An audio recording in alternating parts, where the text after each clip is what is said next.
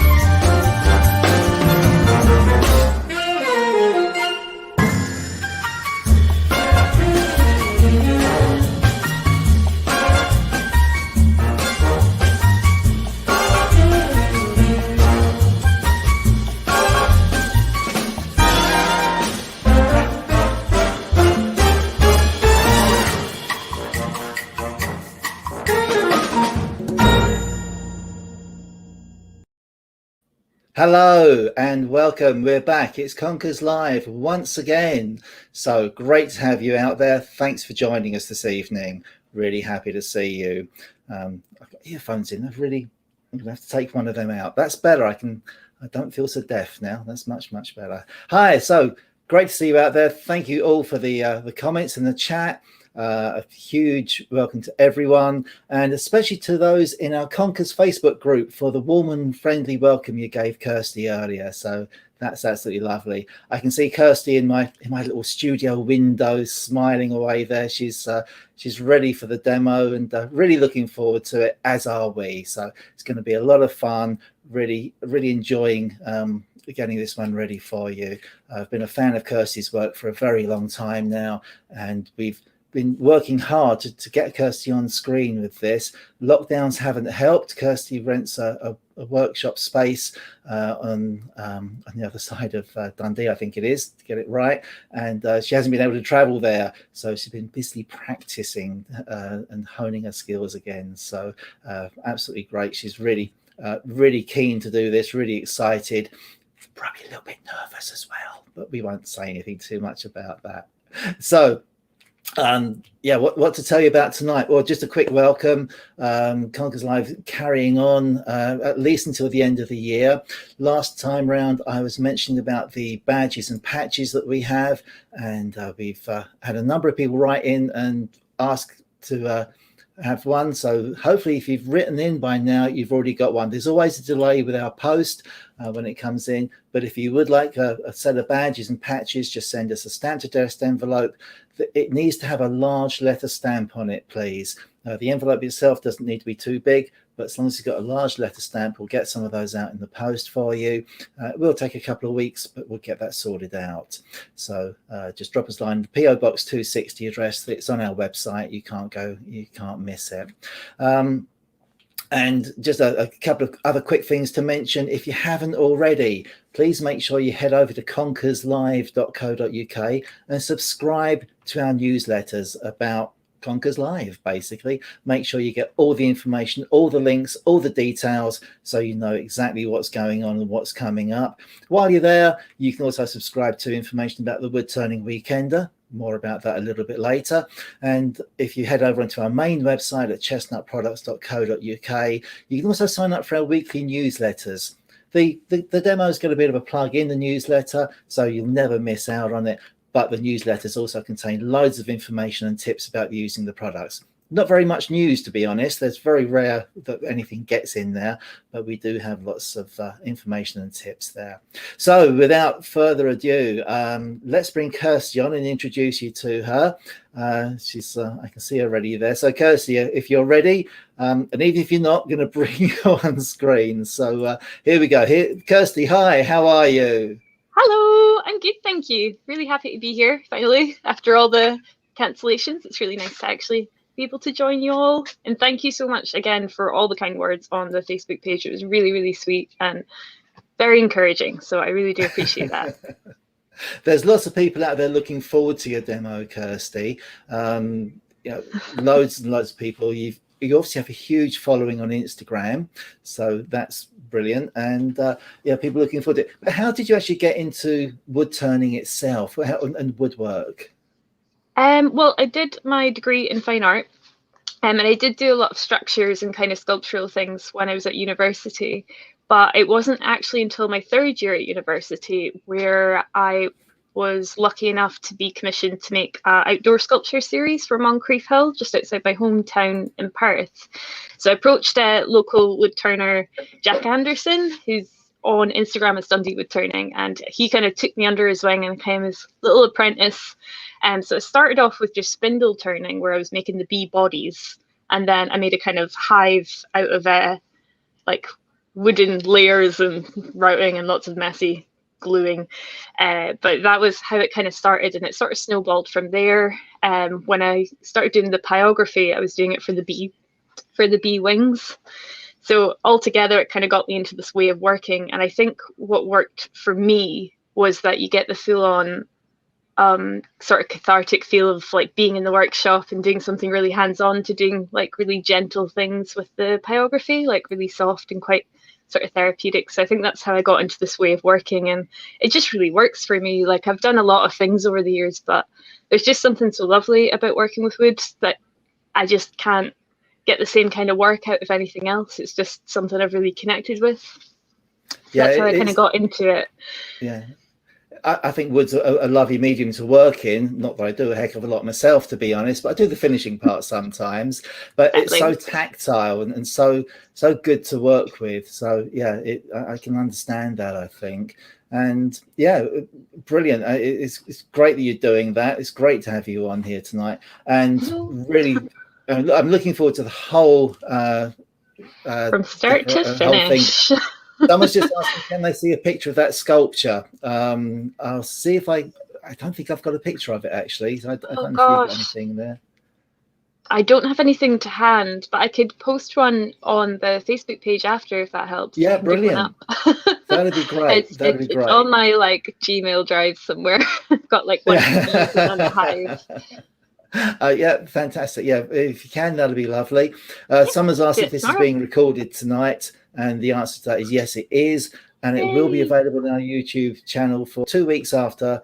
If you want to go back and catch up on it and make notes on what Kirsty's saying and just watch little bits again. So, Kirsty, I'll leave you with it for now. Let you have a last gulp of coffee or tea, or something stronger. No, probably best not to do anything stronger just yet. I've already had a little caffeine boost today, so I should be good to go. Fantastic. I will see you in just a couple of minutes and bring you back on screen very soon. Okay, so a couple of minutes and it'll be showtime. Right, so there's Kirsty, ready and raring to go. We had tried a couple of times to get Kirsty on in the past, as I mentioned, but because of lockdown restrictions, she's been unable to travel to the workshop. So that's why we've finally managed to get it in tonight. So really excited about that. So the format for tonight, as always, is Kirsty will be demonstrating from around about 7:30 through till roughly 8:30. There's no particular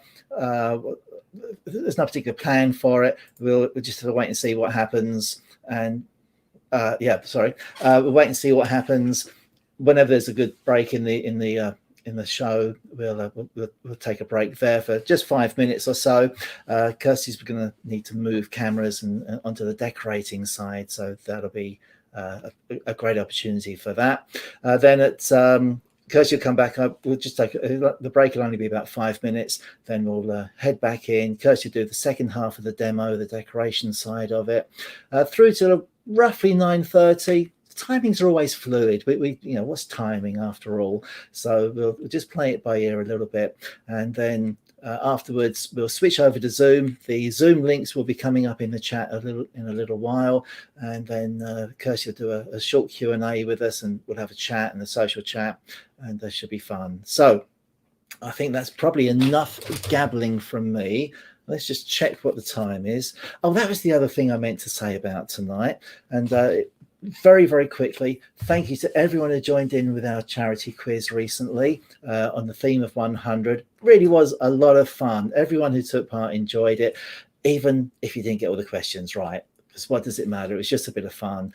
We raised over £200 for charity, half of which went to breast cancer research and half of which went to prostate cancer. So those have been sent out. If you get the bulletins about Conkers Live, you'll have seen that already. And again, if you joined in, and especially if you donated, thank you very much. We will be doing more quizzes in the next couple of months, so something to watch out for. Hopefully not quite as difficult. Right, okay, so I'm going to stop because it's the moment you've been waiting for. It's what you really want to see here. So I'll bring Kirsty back on screen.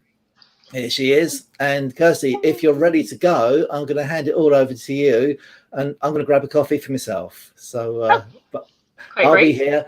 We've already worked out, if anyone's got any questions out there for Kirsty as the demo's going through, pop them in the chat and I'll pop up and ask them for you. So Kirsty won't be able to see the screen, but I obviously can. So just to prove I'm still here, we'll do that. Okay, Kirsty, if you're ready, ladies and gentlemen, first time live streaming, it's Kirsty Dalton. Good luck, Kirsty. Really looking forward to this. See you soon. Bye. Okay, bye, Terry. So of course, yeah, I just want to relay that if there is anything that I haven't explained particularly well, to just put them in the chat. Terry will ask me again. We can also get Mark, the little handyman here, man in the chair, to change any camera angles if you can't see anything clearly enough. Just let us know, and we'll do our best to make this a nice, clean-cut, professional wood turning demonstration. So I've had a lot of thought about this, and I have to say, like, the caliber of wood turners you guys have had on the Conkers Live has been so incredible. So I don't feel like I am as good as them. I'm just going to say it because that's how I feel. But I thought what a really fun kind of bowl shape to make for anyone that is a beginner or just starting out or kind of moving on to bowl shapes was this one. So there's two reasons that I wanted to start off with this kind of bowl. The first one is that it's a really fun shape. If you're used to doing spindle work and you're slowly building yourself up to doing a bowl, this is a good one to do because you've got the kind of turning you're used to, and then you just have to worry about doing a little bowl on the inside. So it's quite a nice stepping stone bowl. And the second reason is because it looks like a little UFO, and I think that's really fun. So the plan for today is to do my bowl, and then we're going to move stations, and we're going to talk about doing pyrography and wood burning. And we're also going to talk about a variety of ways to get different colour finishes with chestnut products. So I've got a few different bowls and styles to show you through, and ways of applying the different wood stains and waxes. But again, if anything's not clear at any point, just let me know, and I'll be sure to be as thorough as I can. So I'm just going to pop these over here and get started.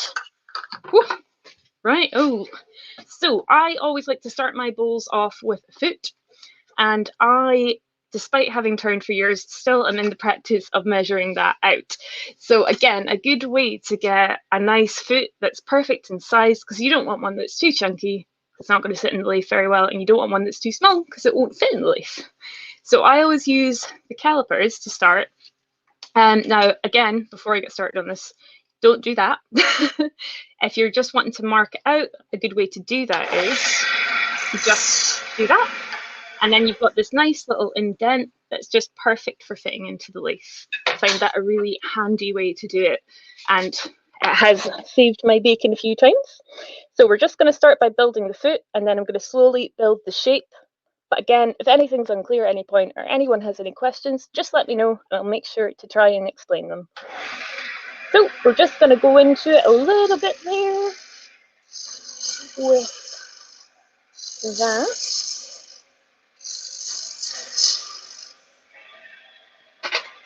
Oh, I should also mention that I tend to turn my bowls at 1,000 RPM, but I also can, again, it depends on what I'm turning.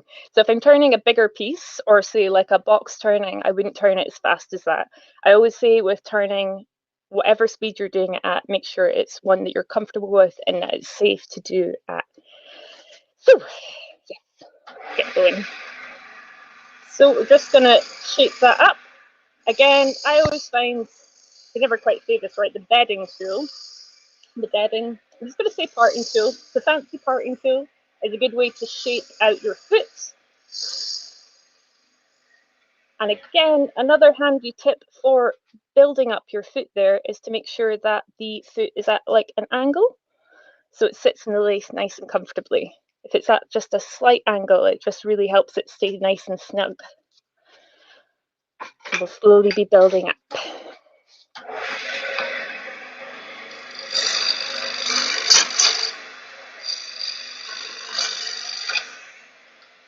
And the main thing you have to remember is to always be turning. Everything all good? Yeah. Okay. Cool.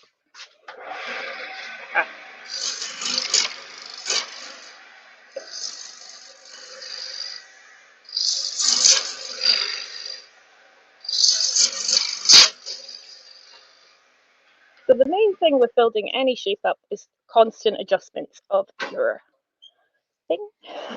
Sorry, I'm still very nervous, everyone, so do bear with me if I'm getting a bit clumsy in my words. So the main point in safety of doing anything like this is always make sure you're adjusting this as you're going, just to keep things nice and safe and nice and stable. Sometimes if I'm not sure if it's at the right bit, I always like to just make sure it's not hitting off anything, and also that I've got the tool going in a nice safe direction.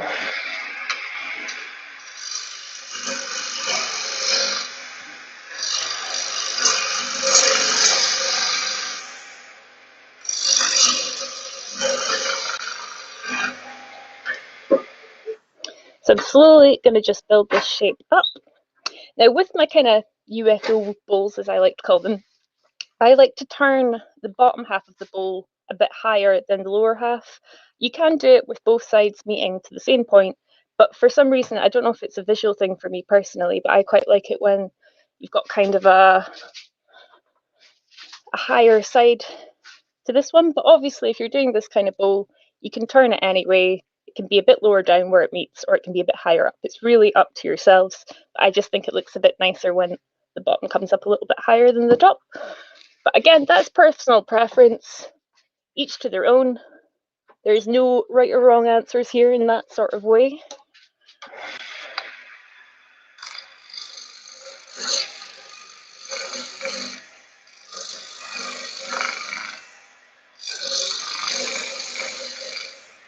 Hi, Kirsty. Someone's just asked Sorry. what sort of wood you're using there. Oh, yes, that's a good question, actually. So I generally get my timber from a place up in Ayrshire. It's called Just Woods. It's actually where I bought my first chestnut product paints from. We know Charlie very well. Yeah, Charlie's great. He's a total hero. He like actually hides some of the sycamore in the back for me when I tell him I'm going up for my trips. And so because of lockdown and not being able to go shopping, this is actually one of the homemade flanks. And we had some timber that had been drying out for the last 4 years in the garden. So I mostly use sycamore as much as I can. It has been a little bit trickier to source, just I think to do with the sort of ash sorted. Yeah, it's just been a little bit trickier to source, but I generally use sycamore wood because it's got a low grain and nice and blonde, so it's perfect for doing pyrography, but it's also just a really well behaved wood to have on the lace. I know a few of you seasoned turners will know this is like a really nice one if you're teaching, because it is, as I say, just really well behaved. But this one's nice and spalted as well, so we'll get some really interesting I think, patterns with it, which is fun. And the other place I buy Emmett timber is from Scottish Woods, which is in Dunfermline, but I mostly buy them from. Okay, I mostly buy them from. Sorry, I'm just hearing beeping. My phone or yours? Oh, okay. Sorry. Sorry, That's technical someone phoning up to difficulties. say, "Hey, you're on YouTube." Yeah, quite possibly. Sorry about that, guys. It's all right. So yeah, and I tend to get my wood from there. The only reason I've been using a few homemade blanks is simply just because we haven't been able to get out to the shops. Although Charlie's been quite good about posting me up a few bits of timber here and there, which has been very, very handy. Yeah, Especially you when want you to keep can't get quiet about places. that. Yeah, you want Oh, to keep quiet sorry. about that. People are saying, "Oh, you're getting all the sycamore. That's why we can't Oh get any from no! Charlie." Oh God! Sorry, So, Charlie. and someone's also asked what make of lathe you're using there. Oh yeah, it's a record power. It's a DML 305. Sorry, I forget these things, and I'm using a bowl gauge. And the only other tools I tend to use for this shape of bowl are these guys. So I've got my kind of, I can never say this word. I always want to say bidet, but that's obviously not right, or bidan, or well, it's a parting tool, basically. A little Yep. spindle one, which I will explain, and then a bowl gouge. Fantastic. All right, I'll leave you to it again, and I'm Okay. sure I'll be Again, if I'm not being clear about what I'm doing or what I'm using, just shout at me. I will Oh, happily they stop will. what I'm Don't doing and worry. explain. Okay, Yeah, that's fine. don't you worry about Not a that. shy bunch then. Definitely not. Definitely not. I'll Okay. catch you in a bit. Okay. Okay, I shall continue. So just going to even this up now so I can start seeing the shape.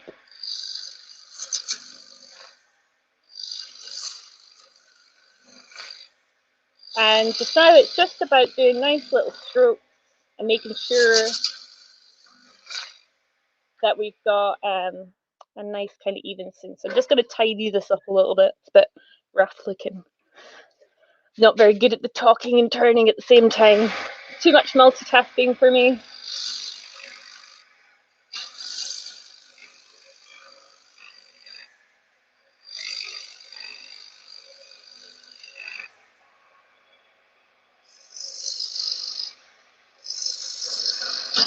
Ooh, EA. Apologies, guys. Still a bit rusty here.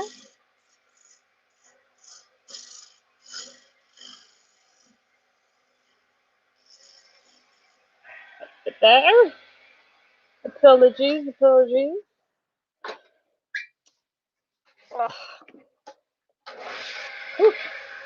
Right, let's get this first half done.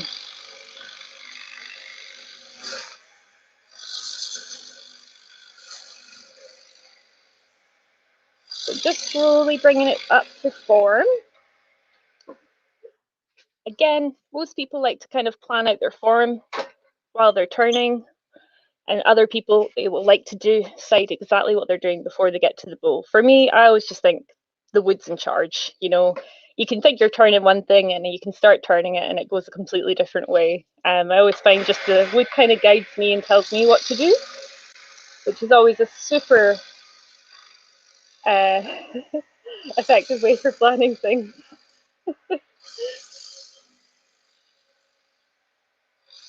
Just want to tidy this bit up a bit.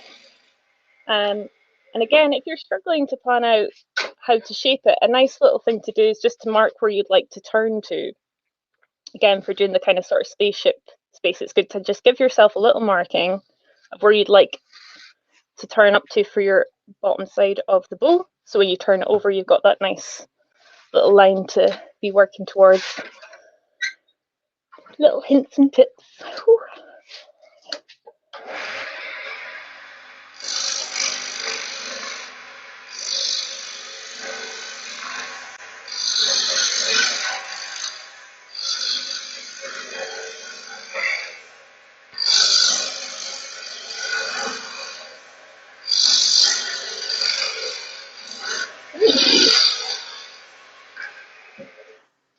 Yep, so I'm almost there with the kind of shape. I do need to tidy up a bit, but I'm also going to be adding on some burny lines while turning, which I'll be talking you through in just a wee second. I'm just going to tidy up this foot because it's not looking how I want it to be looking. A bit messy. We don't like messy burning. Makes for not good burning.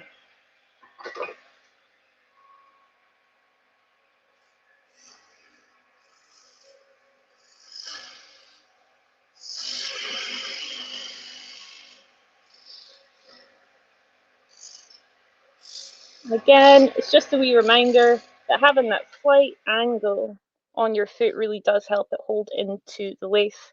And again, another thing I'd just like to say is a lot of people really worry about foot and them needing to be quite big and chunky, but you can actually just have quite a simple one. It's just about the size more than the actual depth. Obviously, you want a good chunk so it can be held in the lace safely, but you don't need to go crazy with it and have this big huge thing unless that's the style you're going for, which is absolutely fine.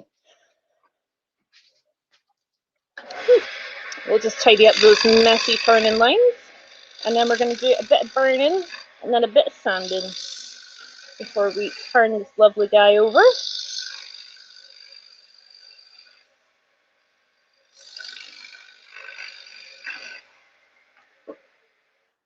That's a bit better. Getting there with it. And again, if I'm being unclear at any point, just feel free to dive in with the questions.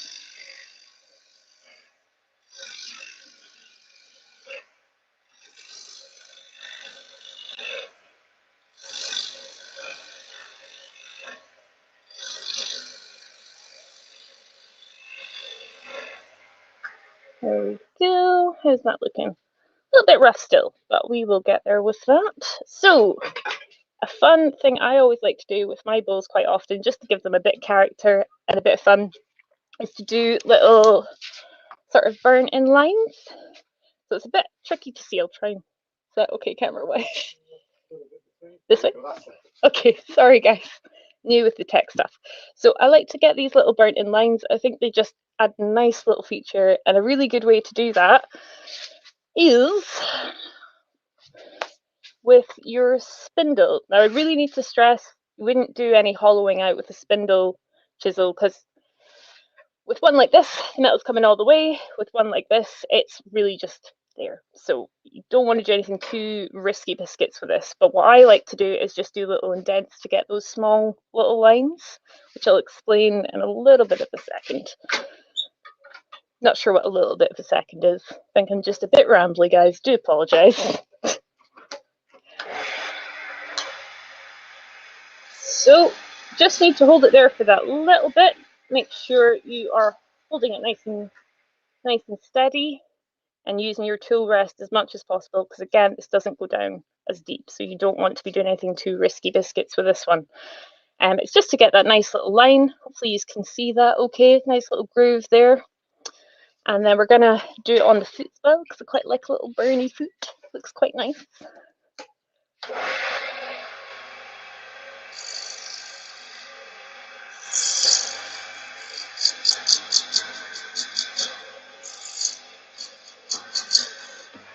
Okay, and again, don't worry, I'll be tidying that up again in a second. So, I get asked about this a lot, and so that's why I decided to include it in this particular demo.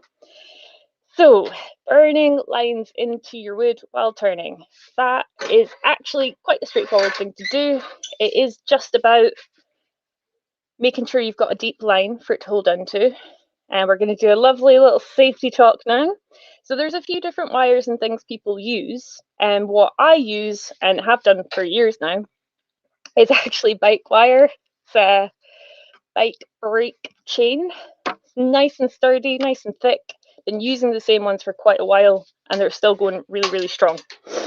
So before I turn it on and do my little burning lines, I'm just going to do a few little safety tips. So you want to be holding this straight. You want your hands very far away from the wire, and you don't want to do anything like this, because if it gets caught in anything, that's going to do that, and that's not what we want to do. So you're just holding it straight, and you're holding it far away so you don't burn your hands. And once you're done with your line, remember this is going to be very hot, so the safest way to do that is just to dump it on the floor. You don't want it anywhere near you. The wire is going to get really hot. So only do this if you're 100% confident. Don't push yourself into anything, and make sure you've got a nice thick wire if you are doing this kind of burning technique, because it will get very hot, and if you're using a thin wire it will get too hot and snap. You can get something like this out of a wee recycling centre or a bike shop. I have found it really good, but again, each to their own. Like, I know lots of people have different sort of sneaky tricks. I just thought I'd share this one because I think it's a really sturdy thing to use. So I don't change the speed. I want that speed going fast because it will be a nice good contrast.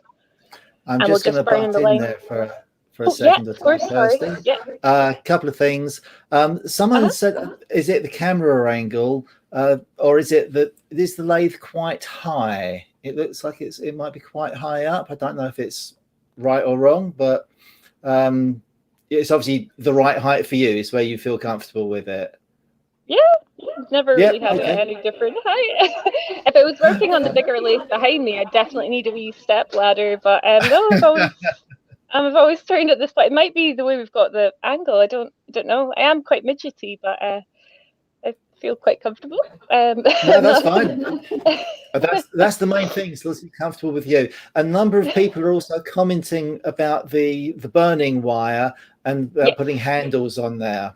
So that makes it a whole lot safer. So so might be something to think about for another time. Someone has said, and I don't want to scare you on that, but it's a great way to lose fingers with holding onto the wire. So you've spoken extensively about the safety on it, which is great. But I've seen a lot of people have little toggle handles on each end, and that's what they hold, and it does make a lot of difference. So there we go. Just chucking that in. Of course. I will let you carry on. Don't chop your fingers off. But that'll be fine.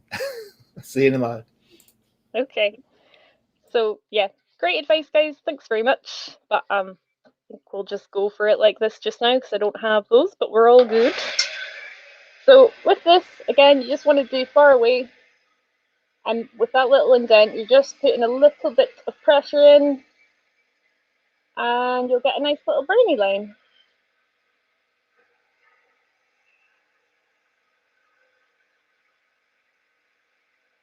Again, I'm just going to drop that. And that gives you a nice little chance to do a burny line. But we'll definitely invest in some handle grips to make sure that I'm doing it nice and safely for you guys for next time. Anyway, so I'm just going to be tidying this up and bringing this a little bit in, and then I'll be doing some sanding. Not too smoky or anything. Just thought I'd check.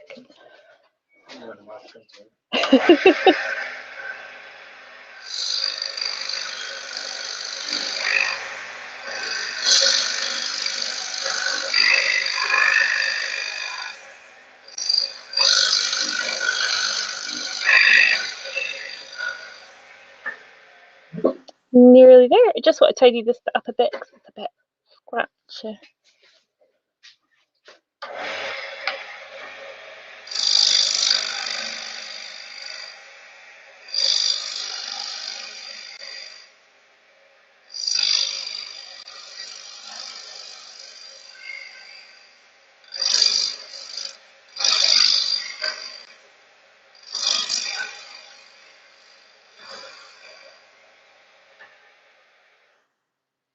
There we go. But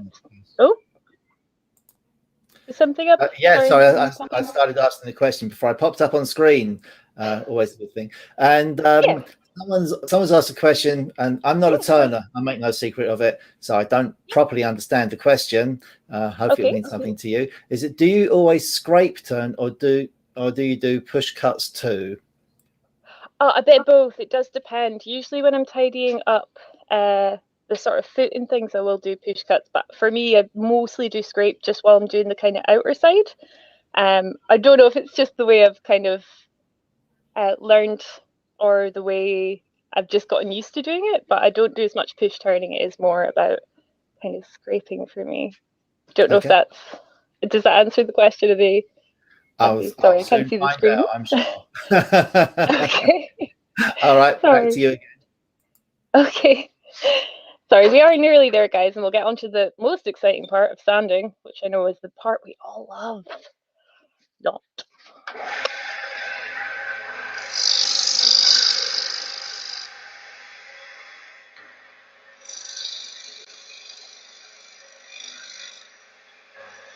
So nearly there. Again, I just want to tidy up this little bit of cutting here, and then we can get to a nice place with our sanding. Just still a couple of lines I want to get rid of.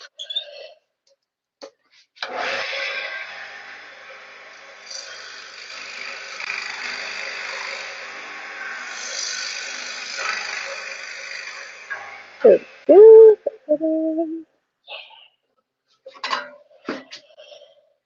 so just want to even this out a tiny bit.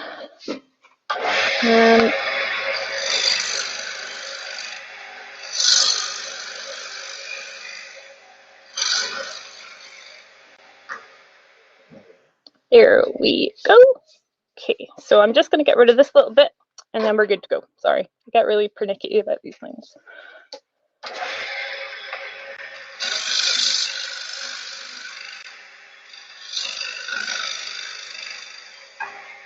That should be a bit better. Yes. Okay. So again, I can't stress this enough. It is something that I do try to drum in whenever anyone asks me how I get really nice results with my pyrography or my wood stains. I had to say a good 50% of it is always just down to good sanding. Making sure your sanding is done well, is done at the right speed. Not that there's an exact right speed for everything, but I tend to turn my speed down to about 500. I don't have a fancy pencil leaf where I can do that with buttons like some of you may have, but I just change the speed the old-fashioned way, and I use a sanding drill to sand with.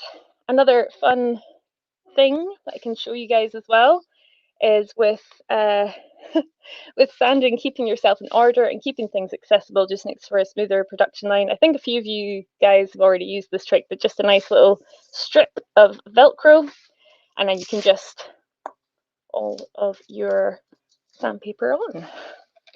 So I'm not gonna lie, I tend to use the cheapest drill available, and the reason for that is because they are going to wear out in a few years just with this kind of nature of sanding.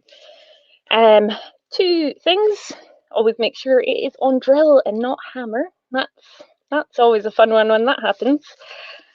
Has happened to me once. I was very confused for a few minutes till I realized what I'd done.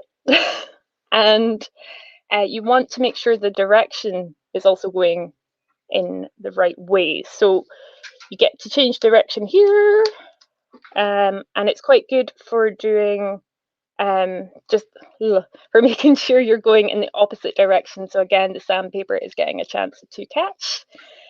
Sanding can be a definite boring task, so I am terribly sorry if I bore the pants off you all for a few minutes while I get this nice and sanded, but I promise you'll see a difference in it when we're doing the next stages of pyrography and colouring, because I have to say I can't stress enough how important sanding is for getting really high quality finishes.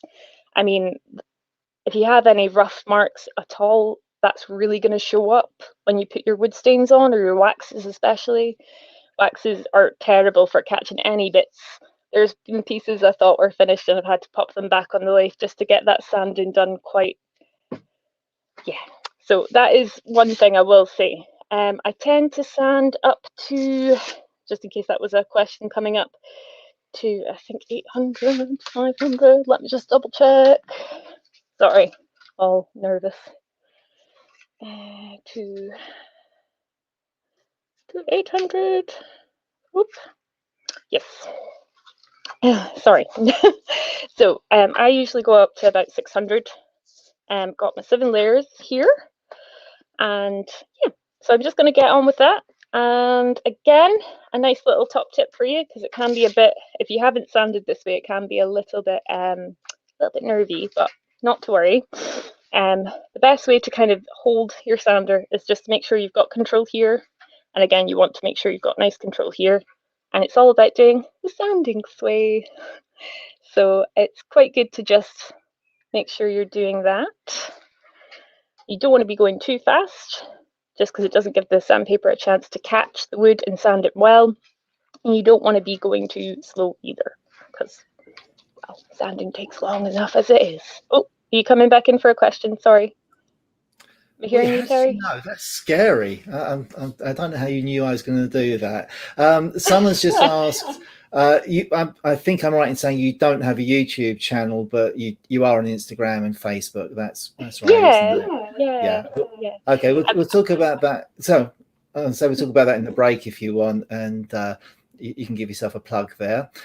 Oh, And I've okay. just been asked to pass on that everyone is enjoying the demo. You're doing great. And yeah, someone said earlier, take a deep breath. It's absolutely fine. And Gary, Not nervous at all. Oh my God! Don't say he's watching. That's not. Oh no. no, he emailed Oh, this in earlier. Don't worry. He's there's only 10 people out there watching, so it's okay. fine. That's Don't fine. want to get That's fine. nervous. God. But God. yeah, Gary said, whatever works for you is just great. So you just keep doing it, and yeah, you're doing great. Everyone's happy. So yeah, keep doing what you're doing. Oh gosh. Sorry, guys. Just there's some seriously good turners out there, and I am feeling awfully nervous. So I think I freaked myself out more by watching some of the previous demonstrations. And ugh. Anyway, again though, I am new, so if there is stuff I'm not explaining well, do just keep stepping in, Terry. That's good to keep a nice clear line of communication. Anyway, we'll get on with our standing dance, and then we can get to turn this bad boy around and hollow her out. So nice big feet. Where are we on? Oh, true sign of nervousness, and nearly forgot to put the dust extractor on. Sorry. Bear with me one more further moment. Oh, that's a first. So apologies again, this is going to be a little bit noisy between the drill sander and the extractor, so I won't talk much, I'll just try and get it done quickly. And yeah, that was a bit of a rookie mistake, very, very sorry. Too distracted by nerves. Okay, we're gonna move on to the fit.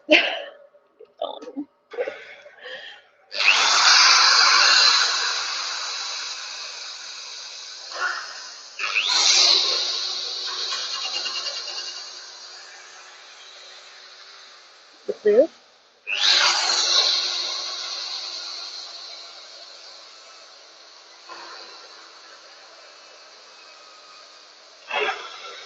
So again, you just want to make sure you're doing a nice wee sanding sway. Just take a nice broad stroke.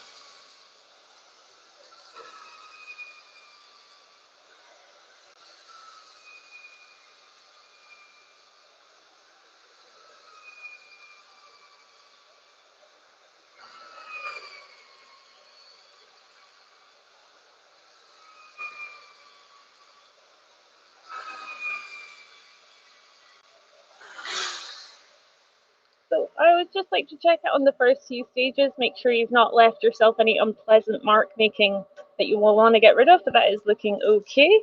I'm just going to try and rush through all these, well, not rush, but go through these as quickly as possible so I'm not boring you all to tears. Again, just a wee reminder, you always just want to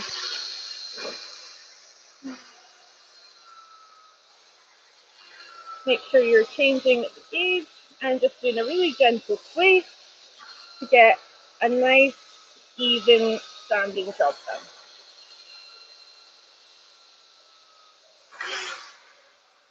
done. Another thing I really like to remind people about with doing drill sanding is obviously your sandpaper can heat up if you're more when you're hollowing it out, mind you, but the last thing you want to do is give yourself shakes to sort out. So you don't want to overdo it either.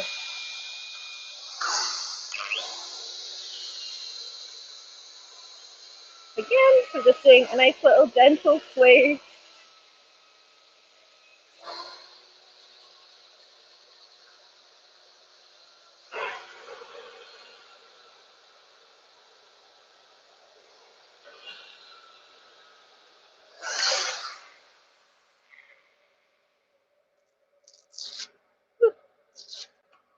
Sorry, I know this bit's really boring.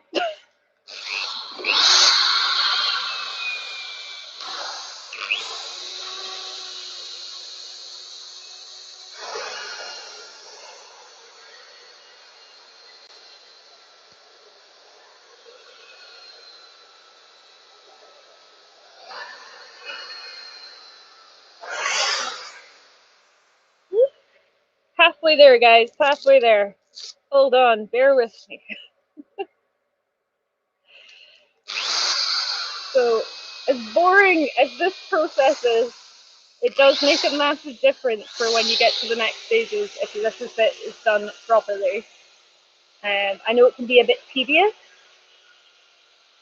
but unfortunately, if you want a really nice finished bowl with a nice smooth finish on it, you do need to stand, and it is a boring one, and I'm very sorry. I'm on my second last one now though. You're doing great.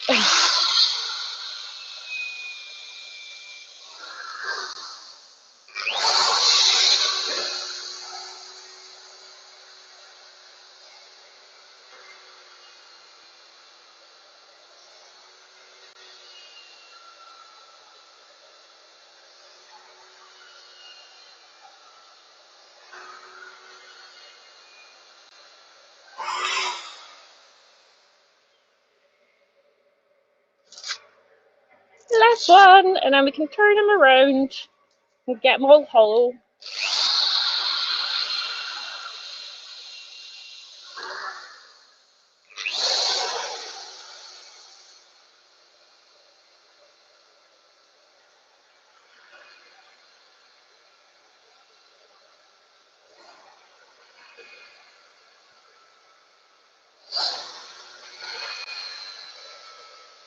There we go. Oh, now we've got a nice smooth silky bowl. That's feeling good. Again, just be careful when you're doing your brownie lines to not sand them away. That has happened to me on occasion. But I guess you can always burn them back in, so it's not exactly a disaster. There we go. I'm just going to pop this off so you can hear me clearly. Okay, yay, we get to move on to a more fun and exciting part. Well done if you survived the boring days of sanding. Usually I'd probably sand a little bit longer, but I don't want to be boring the pants off you all. So, just going to turn this guy around. Again, I always like to remind people when they are working with a foot, it doesn't need to be huge, but it does need to be a good size. I never take this one out, my lovely little chuck there, until I know it's securely in there, because you can always turn it back round and make sure it's nice size. This one looks good. Okay, so we're just going to tighten it up. One other little thing I do like to do when I'm tightening it up on the lace, sorry, I'm trying to use my words, is I try and turn it as much as I can, and then I usually leave it about 10 seconds, and then I just give it that extra little push just to make sure it's securely in there. Usually find it'll just expand a little bit. Yeah, that's good. Happy days. And again, not changed the speed yet, but I'm just going to double check that it's nice and securely in there, and it is. Good stuff. So I'm just going to change the speed back up, and then I'll get this lovely guy out and we'll be good to go. Whew. Halfway there, halfway there. Again, thanks everyone who has tuned in tonight. It's really, really appreciated. And again, if I am just being a little bit unclear, just remember to shout questions at me and I will do my best to answer them. So, got that nice now, we just need to take this one out. Another handy tip is to just have some magnets around your lace. Makes the tools you need nice, easy and accessible. So just get this bad boy out. And we can start turning the inside / sides. Woo! It's gone forever. No, sorry. Just going to pick that up so I don't forget about it. It is expensive. There we go. There we go. Right. Whew. So first things first, the speed has been changed. I always like to double check that. Get your tool rest nice and easy. Before I even turn it on, I do like to just double check that I'm at the right height. If you come in too high when you're trying to hollow it out, it can be a bit. So I'm just going to take that down a tiny bit. There we go. Make sure I'm not coming in too high. Okay, so a little trick I like to do, again, is just to mark it out with your chisel. And the reason for that I will explain. So both for a visual side, but also to stop your chisel sliding about. So I'm going to even it up before I do anything, because it's a teeny little bit uneven. Okay. Now, a nice little trick that I learned quite early on was just to... Oops. So the reason I quite like to do this, just to mark out my little for hollowing out, lines for hollowing out, is just because you can work towards them. It stops your chisel from just sliding about. And again, if you're just starting off and you're still getting used to holding your tools, this is quite a nice trick just to keep you right and to stop you, again, just sliding a bit, especially when you're using something quite sort of silky like sycamore. It can be a little bit slippy when you're working with it. So you just want to give yourself little grooves to work towards. Now, before I get started on the inner, I'm just going to turn the outer. So again, if you've done lots of spindle work, this is another reason why I think this is a great bowl to use as a stepping stone, because you are turning this bit more spindly style. Sorry, still very nervous, guys. I swear I'll get better at talking as this goes on. Right, so we're just going to turn this bit away so it's got that nice nice kind of side, and then we'll do the inside. Oh, sorry, cameraman is directing me. So we're going to turn this bit away so it meets this bit here, a lovely little burny line. It's also another really nice thing to have to work towards. And then we'll do the hollowing out. Okay. Then we will have a little spaceship bowl. So I'm going to get rid of the sort of curve first, and then again I'm just going to make some meat.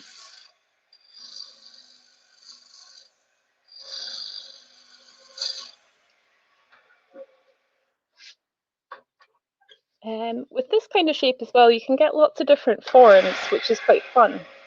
Just kind of keep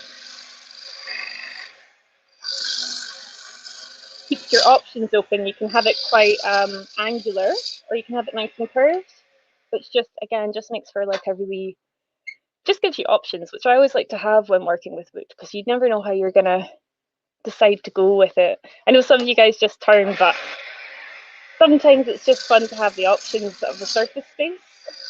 And for pyrography artists out there, I think this shape's really great, because again, you just get that larger surface to work on, and gives you kind of a chance to have like more ground for drawing and coloring and things. So another reason why I really like this shape.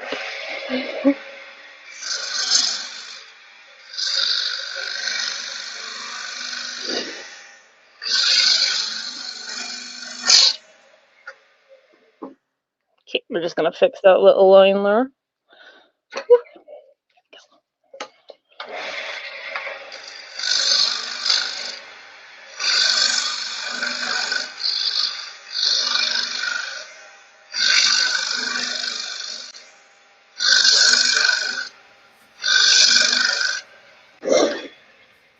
Okay, we're getting there. I'm just going to tidy up a little bit. Oh, is that you coming back on, Terry? Yes, I am. Someone's just asked for roughly what diameter is that bowl. They're wondering if it's the camera angle, because it looks a lot bigger than the smaller UFO shaped one, which I think it probably is. But just wondering what the diameter is. I think it's a little bit bigger. Yeah, I will actually might have to measure it. I think it's a 6 one, but I can double check for you with a little measuring. Sorry, I'm pretty sure it is 6 though. Ooh, just double check with my lovely little template here. I think it's either a 6 or an 8. Just double check. Ooh. Oh, it's about a 7. So just in between. Probably started out as about an 8. Yeah, it says 6 or an 8, so 7, that's pretty good. Yeah, just in between. So I think the other one that I used as my sort of example one is about a 4 or 5. Yeah, that one's about a 6. The one that I've got as like an example. Again, I do probably do these a bit bigger, but it's because I quite like them for drawing on and developing on and things. Yeah, I think I just like having more surface to work on. But sorry, I should have said I feel really forgetful. I should have said what sort of size I was turning with and everything. Yeah, don't worry. People will always ask the question. It's not always relevant, so don't panic. And people will always ask if No, it's something you don't know. I'm glad everyone's asking, because it's just not stuff I automatically think to explain. So Yeah. thank you. No, yes, it's about a 7. Probably started off as about an 8, but by the time I took it down, it's now turned into about 7. Cool. So No problem. Okay, I'll pop this back and get back to it. Okay. Oop. There we go. Okay. Sorry about that, guys. I will try and be more forthcoming with the actual details of the timber I'm working on. Sorry, I can definitely tell I'm a bit of a noob. Right. Okay. Woo.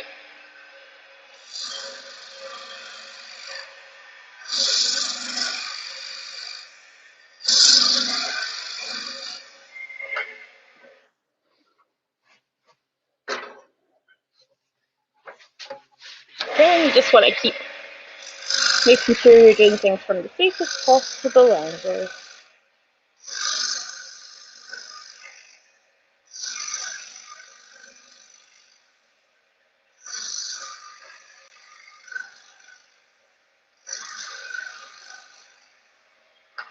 There we go. So I'm fairly happy with that. I'm going to tidy it up a bit, but I think I'll just start on the hollowing out now. So again, got my little grooves there just to keep me nice and happy. And I always do like to do a little practice run. So again, with your chisel holding, if you are new to turning or hollowing, it's good to have a little practice. Make sure you're at a good height. And again, it's just kind of making sure you're doing this sort of nice curved form for getting your shape. Always check it with your hands, or I do, as you're going in, to make sure you've got enough room. Again, if you're not comfortable doing it with your hands, you can always do it with calipers and things, and just make sure you've got plenty of space there so you're not going through your shape. So we're just going to go in with a few strokes, work our way down. Sometimes I will go straight in, other times I build up this little shape in the middle, which I then work down.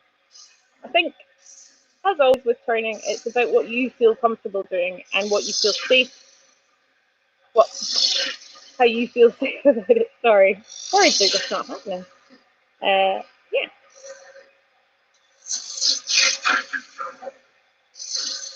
And you just want to be taking little bits off at a time. It's not about taking huge chunks. It is about just slowly working your shape down and not try to take too much off at once.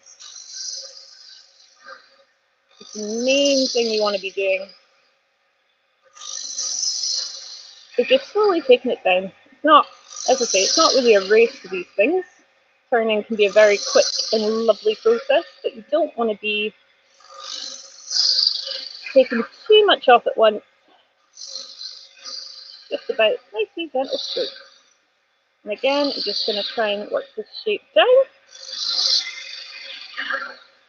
Oop, behave. Apologies, guys. Not used to talking and turning at the same time. It's quite a talent you demonstrators have that I've not quite mastered yet. Okay, we're just going to work that down. And make sure we've got a nice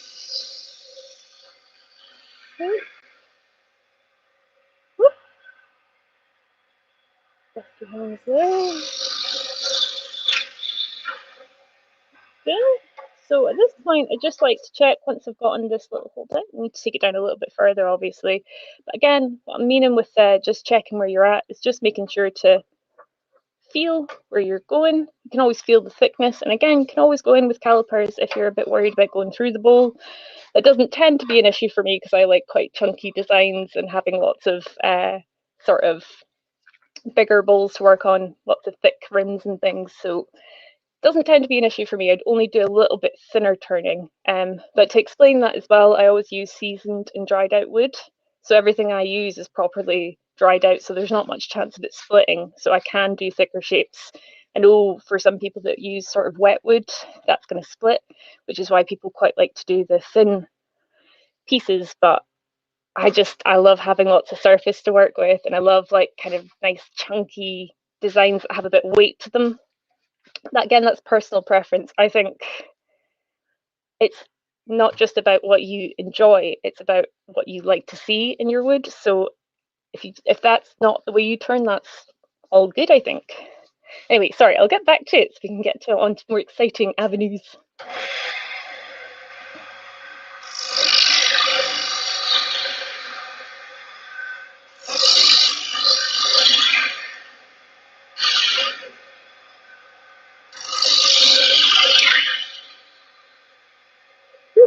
Get rid of that button now. Just gonna check on that there. Nope, we're still good. So, another little thing I quite like to do sometimes, again, just to add little subtle details, is sometimes just add a really nice rim. Make sure it's got like a little bit of a little dip or a little marking. It can just make your piece stand out a little bit more, which is quite fun. Again, I just use that with the spindle. And again, I'd like to just point out, you would never, excuse me, you would never hollow out with something like this. It's just for adding in little details when you're working on this kind of size. So I'm just gonna go in a little bit to do this. And that just adds in this nice little subtle detail. Again, another thing people like to do with these kind of bowls is maybe just do little lines here and here. I'm not going to do that for this particular one because I want to keep it quite spacious on that side just for doing some wood stain fun after it's off the leaf. So I'm going to tidy up these lines and take it in a little bit more, and then we'll be on to the very fun round of sanding, because we know how much sanding is just so fun to watch. Again, we're just tidying this up a bit. You don't really want it all marked when you're sanding. You want it nice and even as possible, just to keep things a bit easier on yourself. Whew.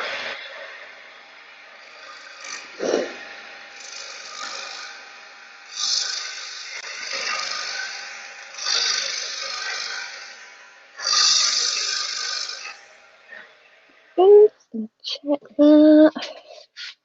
So that's coming out really nice. I'm starting to see all the lovely figuring in the wood, which is also my favourite part of turning. It's like you get this special moment where you get to see what the wood's got going on underneath it all, which is always a really nice thing, and another thing I just really love about turning. We're just going to tidy this up a bit, make sure we're nice and even. Again, it's just about taking little strokes off. You don't want to go crazy, just about keeping it nice.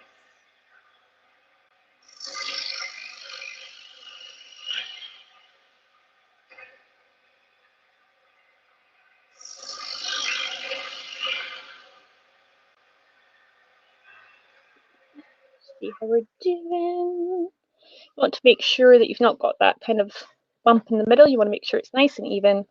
And I quite like to make bowls of this kind of size with a little bit of a deeper sort of center, just to keep it kind of more interesting in terms of its form. But it doesn't have to be that way. Again, each to their own. This is just the kind of way, the sort of shapes I enjoy making and enjoy the look of. So yeah, I'll just do a little bit more and then I'll get on to the next bit.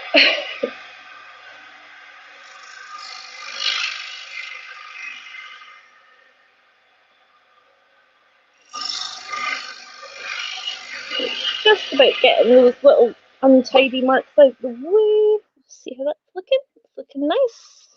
I'm just going to tidy up my mark making here. It's gone a bit squee whiff. Sorry, shouldn't use too much Scottish slang, should I? No one will know what I'm trying to say. Yeah, just tidy that up a little bit.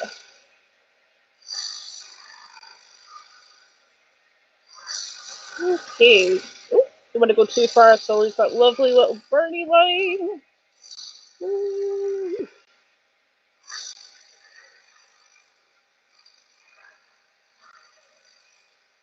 Okay, there we go. That's a little bit better. Now I just need to tidy up here and we're on to the fun world of sanding. So again, this is just a really nice quick bowl people can do, and it's a nice stepping stone bowl. I really think it is. You've got that kind of bigger shape to work on without having to turn too much of a centre if that's the part you're worried about. I know when I was first turning, I really enjoyed making this kind of form because it just allowed me to feel more comfortable and a bit more confident working on slightly bigger shapes. So I really hope if you haven't tried this form before that you get a chance to have a wee go, because it's quite a fun one. It just kind of allows you to build up your confidence working on slightly bigger bits of wood. If you're like me and started on like 4s and 5s when you were starting off. Okay, quite happy with that. Like my little bit of detail here. It's nice and right kind of depth for me. I'm just going to sand it again.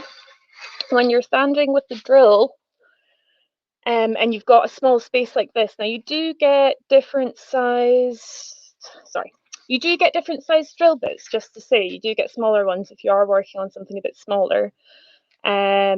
This should be okay for this kind of size, but I have to stress that it will heat up a bit when you're sanding the center, so you just don't want to be spending too much time here. And if you have quite a lot to fix with sanding, or a sort of rougher bit of wood to work with, you just want to make sure you're giving it little breaks so that it doesn't heat up too much, because if it heats up too much, you're going to get little shakes, and it's not what you want. Because again, if you're doing any wax finishes or using any color, that's really going to show up.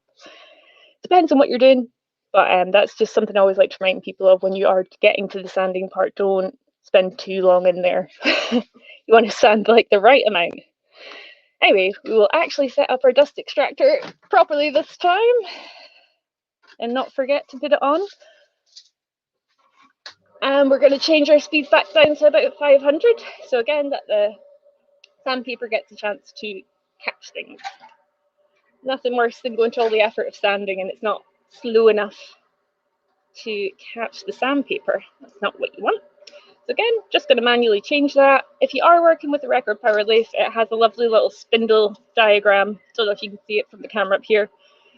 But yes, it has a lovely little spindle diagram here where you can check your speed. And again, you're just wanting to tighten that up. It's nice and easy to do. It's not too complicated to change your speed, so don't be scared of doing that. Okay, so we're good to go. I'm just going to check. Yeah, happy days. So we're going to go through our lovely 7 layers of sandpaper again, and I'm very sorry that this part is a bit boring. Hopefully my little sanding sway can make it a tiny bit more fun. And again, just a wee reminder, you want to be changing the direction of your drill for doing the in bit compared to, and then change it again for this bit. So you're going one way and then the other, so that it gets a chance to have that contrast while sanding. Whew. So again, a little bit of a sanding sway. Sorry again for the noise. Just making sure that you've got that light touch with it and that you're not letting it get too hot. I'm just going to stop there. Get a tiny bit warm, but not too bad. And that's looking okay. So I'm going to start on the outside. Now, another thing to mention, if you're doing little grooves like this, you can sand them individually. Again, it depends on what you're doing, but your sander is not going to catch those bits as well. You'll tend to find that bit in there will be a little bit rough and the outside will be nice and smooth. I tend to make a feature of it. I'll burn into it a little bit, or put a nice color in there and have a nice textured contrast, but depends on what you're doing and if you like that look or not. Right, just change the direction. And again, you're just swaying, making sure that you've got a nice good touch with it.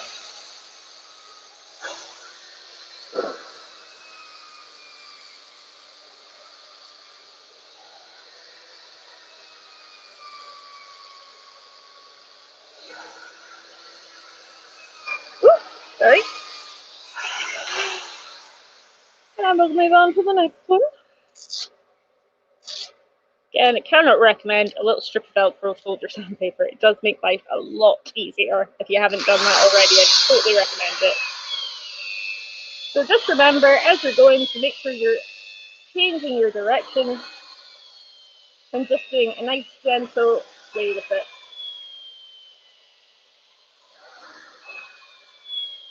You don't want to be sanding it too long. You just want the right amount. And as boring as this is, it does make such a huge difference for when you get to the finishing touches. I mean, I have a lot of people asking me, not just with the pyrography, but with the golds and glint waxes, why they're not getting as good a finish, or that kind of smooth finish. And again, a lot of it is just down to sanding. It's also to do with the kind of wood, but I'll go over that more when we get to that part of the demo. Sorry. Kirsty, while you're sanding away there, Oh, assuming sorry. you can hear me. I can hear you. Can you hear me okay? Yep. Yeah.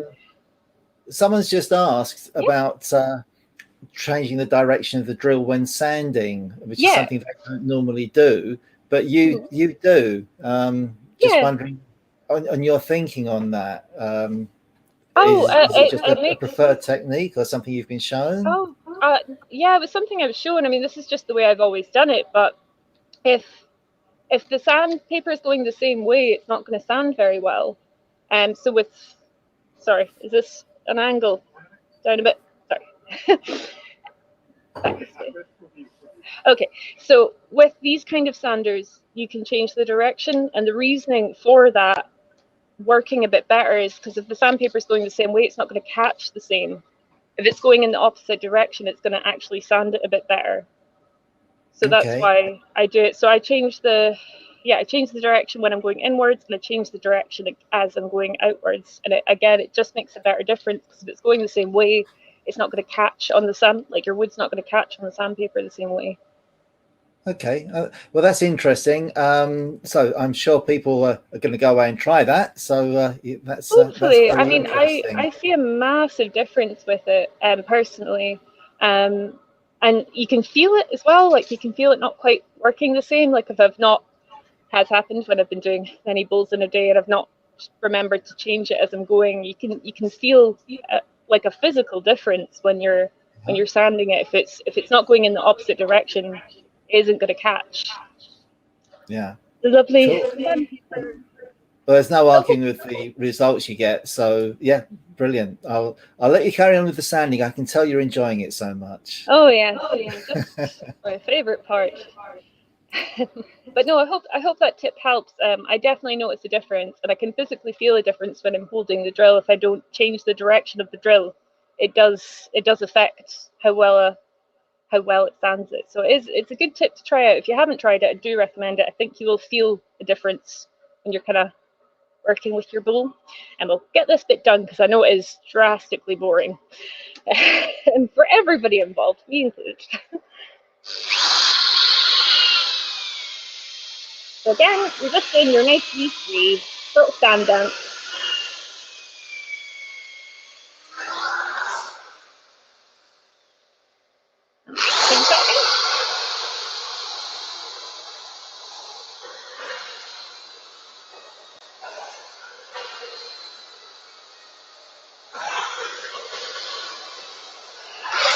Okay, we're about halfway there with the sandpaper, and then we can get this bad boy off the way and get some colour on the go. The more fun part.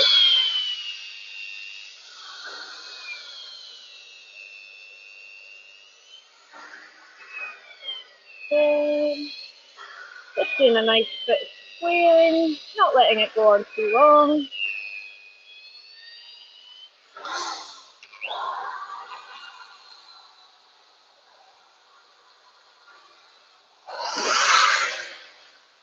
And we are nearing the end, folks. Don't worry, we're getting there. Persevering. 3 more layers to go.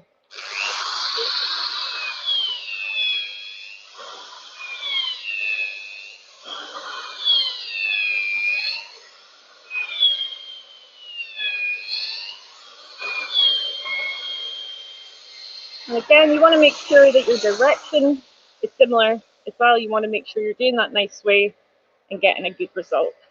You don't want to be going over it too much. Oh, actually, did I even do the outside? I'm not done the outside.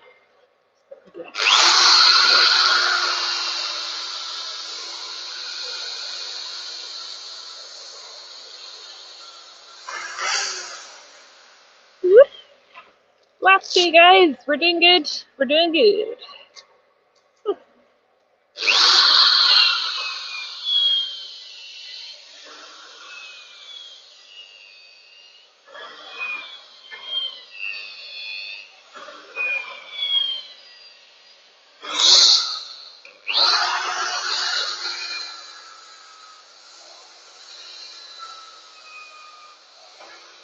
There.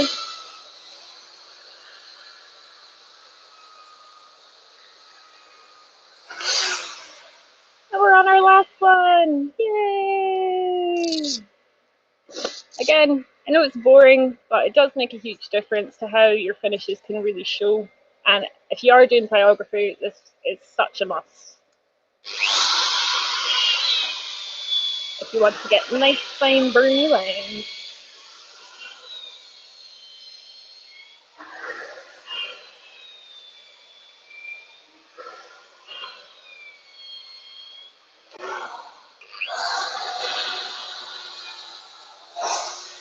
On that last little touch, and then it should be good.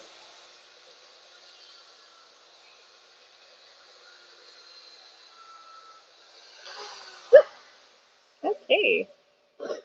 Yay! Silky smooth. Let's get that lovely dust distractor off, and we'll get this off the lace and see what we've got to work with. Hey! So, now we have our very own little spaceshipy bowl. Slightly bigger, as someone pointed out, but nonetheless. Ta-da! Hopefully, is that a good height? Yeah. Sorry. I have to keep checking in with my man in the chair. Feeling like Spider-Man over here because I've got a man in the chair now. It's very fun. So, usually with shapes like this, I'll add in a nice kind of gold wax here, or a really contrasting colour. It depends on which way I'm going, but we can go on to that bit next. Do you mind if we take our 5 minutes now just to rejig the cameras over to our lovely station over here? Terry? Hello? I always forget to unmute myself. That's so annoying. Absolutely fine, Kirsty. So, yeah, see, not everyone gets it right. So, we're in good company together here. So you're doing great. Everyone is thoroughly enjoying this. So I hope so. Hopefully I'm not boring the pants off you guys. No, almost certainly not. So I'm getting, there are lots of good feedback and good reaction.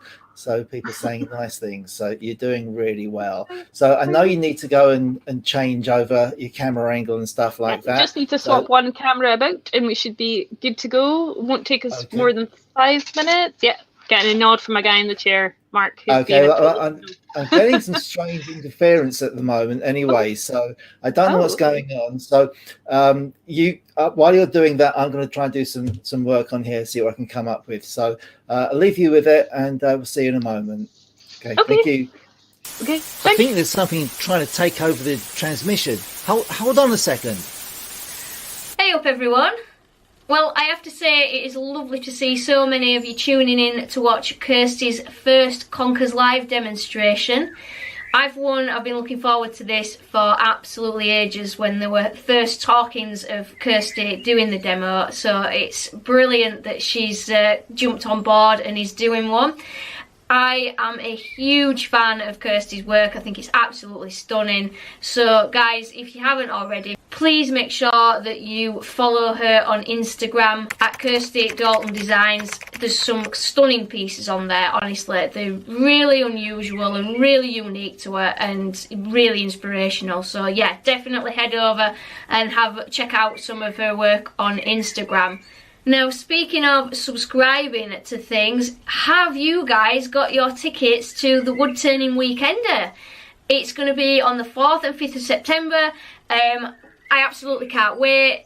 It's my birthday weekend, so what a fantastic way to celebrate my birthday. There's going to be myself, Rick Dobnik, David Lowe and Andy Routhwaite. All of us are going to be the Northern Invaders for the show. So please head over to the Chestnut website, get your tickets and see you there. It'll be fantastic. I really, really can't wait. Who knows, I may even bring cake. Yeah! So with that, I will leave you to enjoy the rest of Kirsty's fantastic demonstration. See you all in September. That Emma Cook, she gets everywhere, doesn't she? God, you can't keep her off the screen. So thanks for that, Emma. Yeah, the comments, yeah, just the comments coming in. Great, guys. Thanks so much for being so supportive of Kirsty. I know I think she's having a whale of a time, actually, just a little bit nervous, but yeah, it's going really, really well. And yeah, it's great to see such nice comments. Sadly, Kirsty can't see them, but hopefully she'll be watching back in the future in the next couple of days, and she'll be able to see all the comments there. I can't pass them all on, but it's I can't do that. So Emma just gave us a little plug there for the wood turning weekender, and we're still going through. We're still working hard to get that organised. Most of it is is already organised. The show is on the 4th and 5th of September. We're holding it down in Canterbury in Kent, and Julie, I'll come back to that in a minute. So down in Canterbury in Kent, in fact, at the Kent County show, no, not the Kent County Showground at all. Ignore that. It's at the Kent County Cricket Ground, the Spitfire Ground it's called these days, sponsored by beer, I believe. So that's where we're going to be, Saturday and Sunday, 2 days worth of wood turning and fun. It's a party. We're there to have fun. It's the Chestnut Products wood turning weekender, the Northern Invasion. Chestnut Products Wood Turning Weekender 2, the Northern Invasion. How many titles does one event need? Yeah, it's got a point. We have overdone it a little bit there, but it's going to be great fun. All starts on the Friday evening with what we call the Long Weekender. It's going to be a social get together on the Friday night at the cricket ground. There's a small cafe restaurant type place there. Food and drink will be available to purchase, so we're going to do that on the Saturday morning. The demonstrations start. Sorry, I'm trying to read the chat at the same time. It's really off-putting. I shouldn't do it. Saturday morning, demonstrations start. A couple of breaks in the morning, a break for lunch, and then go through to the afternoon. More demonstrations. But then in the evening, we have. We're calling it a pub quiz. It's really not a pub quiz because it's not in a pub. But we can't think of what else to call it. So that's what we're having in the evening. Again, at the cricket ground, there's a 3-course basic meal there.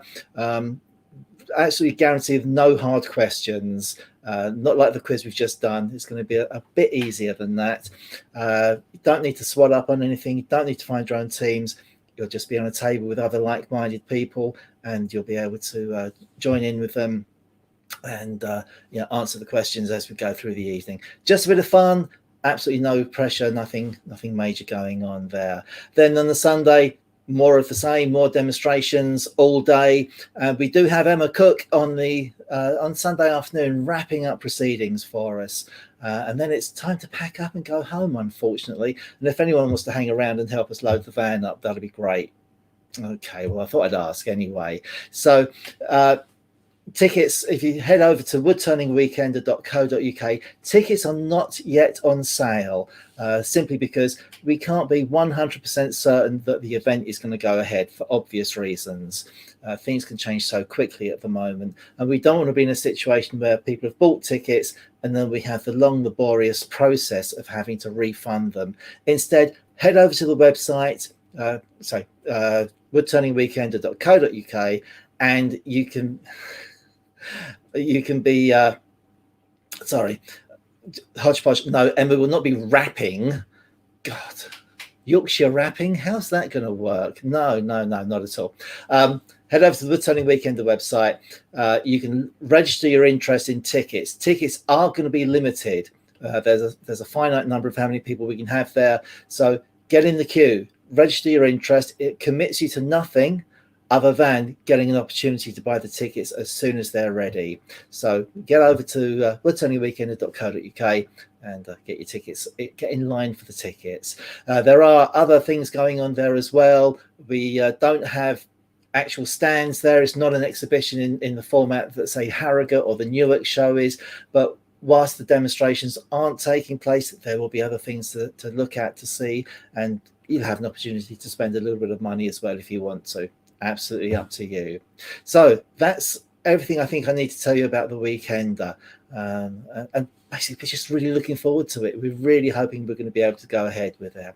So it's time to very quickly tell you about next month's demo, or our next demo, should I say. I'm just watching to see if let's see how Kirsty's doing. Yeah, I think that's a thumbs up. I'm getting a wave and all sorts, but yeah, okay, I'm going to take that to be that Kirsty's ready. But before we do that, I just want to say about the next episode of Conkers Live, and got a little message for you from our next demonstrator. Coming next on Conkers Live.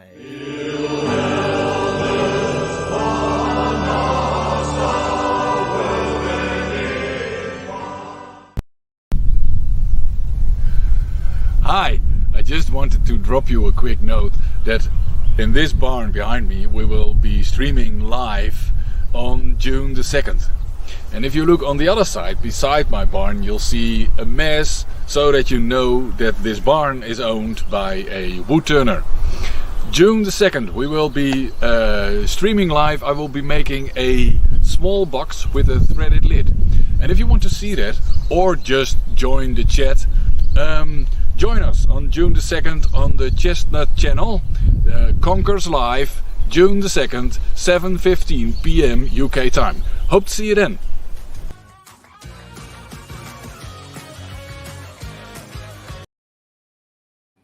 I just love the way the dog nonchalantly drops in at the side, just towards the end of that. And Ronald has no idea that it's there. Absolutely fantastic. I love that. So that's June the 2nd. Ronald Kahn from the Netherlands giving us a demonstration. Really looking forward to that one as well. Great guy, great fun, brilliant sense of humour, and a great turner and a great demonstrator. So that's going to be another good one. All right. So Kirsty, I think you're ready to roll. Would that be right? That didn't work. So nope. Oh dear. There we are. We can all see and hear me. Oh yay! Second station. All right. A couple of people have asked just for a little bit of background info about you, Kirsty, and because I know you've travelled a lot, you've overseas and all sorts of time. Yeah. Well, I took a gap year between going to college and going to university, where I travelled around Europe. But when I graduated, I was lucky enough to get a wee internship in Vietnam. So I lived over in Ho Chi Minh City for around 6 months, doing a wee internship there and travelling around the north of the country on my wee moped motorbike thing. It was very fun. Definitely a bit scary at first, but very fun nonetheless. Yeah, brilliant. So really fortunate in that regard. Yeah, I love traveling. Obviously, I've not been able to go anywhere apart from my living room for the last little bit. So in all honesty, I'm so happy just to be back in the workshop, in the dusty life again. But I do like to travel. I was born and raised in Perth, but obviously I lived in Dundee for a few years to study, and then I moved to Edinburgh when I got back from Vietnam, so me and my boyfriend could stop the mega long distance and live in the same city as a wee treat, you know. Brilliant. So yeah. Okay. And Is there any questions or anything? Oh, sorry. I suspect there are going to be lots of questions in the second half, so we'll be passing them on to you as we go through. Perfect. Just trying to catch up on some of the questions. Someone's asking for the website of the Northern Invasion. It's www.woodturningweekender.co.uk. And also needed to say, the workshop there was looking really tidy. Yes, so, I did a mega clean. Mega clean. I actually cleaned for around 6 hours yesterday, trying to make it look tidy. And found a lot of tools that had fallen down the sidelines. So that was quite a fun little treasure hunt. But no, yeah, we got it as clean as we could. We do have a few boxes to move back in when this is all finished, but I think we've done a good job of making it look nice and decluttered. You did a great job on it, and it really did make a difference. So thank you for that. You had a little flashing light logo. Yeah, sorry. Yeah, I did think it was just the angle of it. Sorry, Yeah, I should have thought it was just above the bowl. Yeah, but no problem at all. That's that. In case anyone's wondering what was happening in the earlier part. So that's great. I'm going to let you carry on.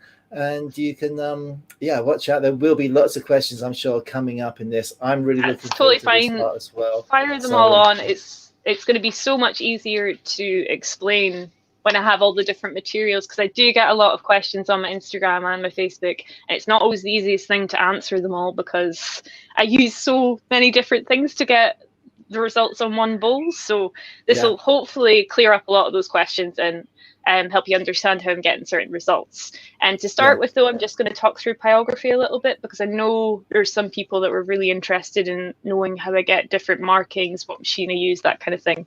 So I'll start off with that and then gradually go on to the lovely rainbow of effects here. Got so many pretty colours to use. And just before you do that, because at the end everyone's going to be heading over to Zoom, and I hope you will be as well. No, I will. I might need to set up my own laptop, but I'll be there. Okay, what's the best way? Where can people find you? You're on Instagram. So I'm on Instagram, Facebook, and I sell in a few shops and galleries all over Scotland as well. So I'm about, but yeah, on Facebook I think it's Primitive Woodland Line. On Instagram it's Kirsty Dalton Designs, and then I do have a website. It does need updated a little bit, but that is www.primitivewoodlandline.com. That's so primitivewoodlandline.com. Yeah, it's a bit of a mouthful. Sorry, I do need to find a shorter name. No, it does the job. So that's where to find Kirsty, everyone. And you also sell on Etsy, don't you? Yes. Sorry. Oh gosh, sorry. I'm still not used to saying I'm on Etsy. I've only been on it for like a year now. Finally joined the virtual world of selling last year when the pandemic started. Finally had no excuses whatsoever about putting that off for any longer, and it has been really fun. And yeah, it's been a learning curve, but I've really enjoyed actually having a little online shop. It's quite fun. It's taught me a lot. I think it's really worthwhile having that kind of online presence. If anyone's swaying about it, it's worth the extra legwork. I think it really does help you just connect with more people from all over the world, which is just really nice. Yeah, definitely. And I know that it works for you, and it's very popular. Lots of people have found you this evening on Instagram and Facebook and commenting on how wonderful your work is. So hoping you're going to get some more likes and followers from that. Right. Okay. Enough of me. Thanks, guys. It's over to you, and it's demonstration time. It's this Kirsty part 2. Here we go. Okay, so we're going to start with pyrography because it's nice and easy to get started. It's how most of my bowls actually start off. They start off on the lathe. Now, I'll just say this in advance. I don't really put anything on my bowls when they're first off the lathe because I am burning into them and I don't want that kind of chemicaliness going on. So it is just plain Jane in it for the first little bit. I use a razor tip set. Because it has temperature control, and I'm just going to move this out of the way so you can see a bit better. So it's got the temperature control, so I can burn at different temperatures. And I've also got this lovely little efficient switcheroo here, which does make life a lot easier when I'm burning away all day and night. It's good to have that kind of production line feeling of being able to switch to different kinds of options. I will say, if you're thinking about buying in a pyrography set, you don't need to spend a huge amount of money on it. It does depend on what you're doing. For me, because I'm doing quite detailed orientated things and I use it so much, I felt like I really needed a high quality set, and I can't recommend this one enough. It is really good. But if you're just looking to add a bit of burnt in texture and stuff, you don't need to spend a fortune on it.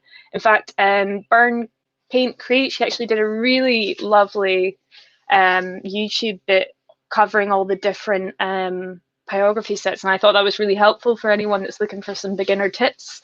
If you are just looking to add maybe lettering or just some basic patterns, don't need to spend £200 on a pyrography kit. But if you are looking for that next sort of step and level, it's a great little investment. I've found it really, really helpful, but each to their own. Again, I don't really think there's any wrong answers. You can get quite good effects with a lower end set. You don't need to spend a fortune if that's not the kind of work you're looking to get into, but I thought I'd go over it a little bit just because it can make life a little bit easier if you're thinking about it.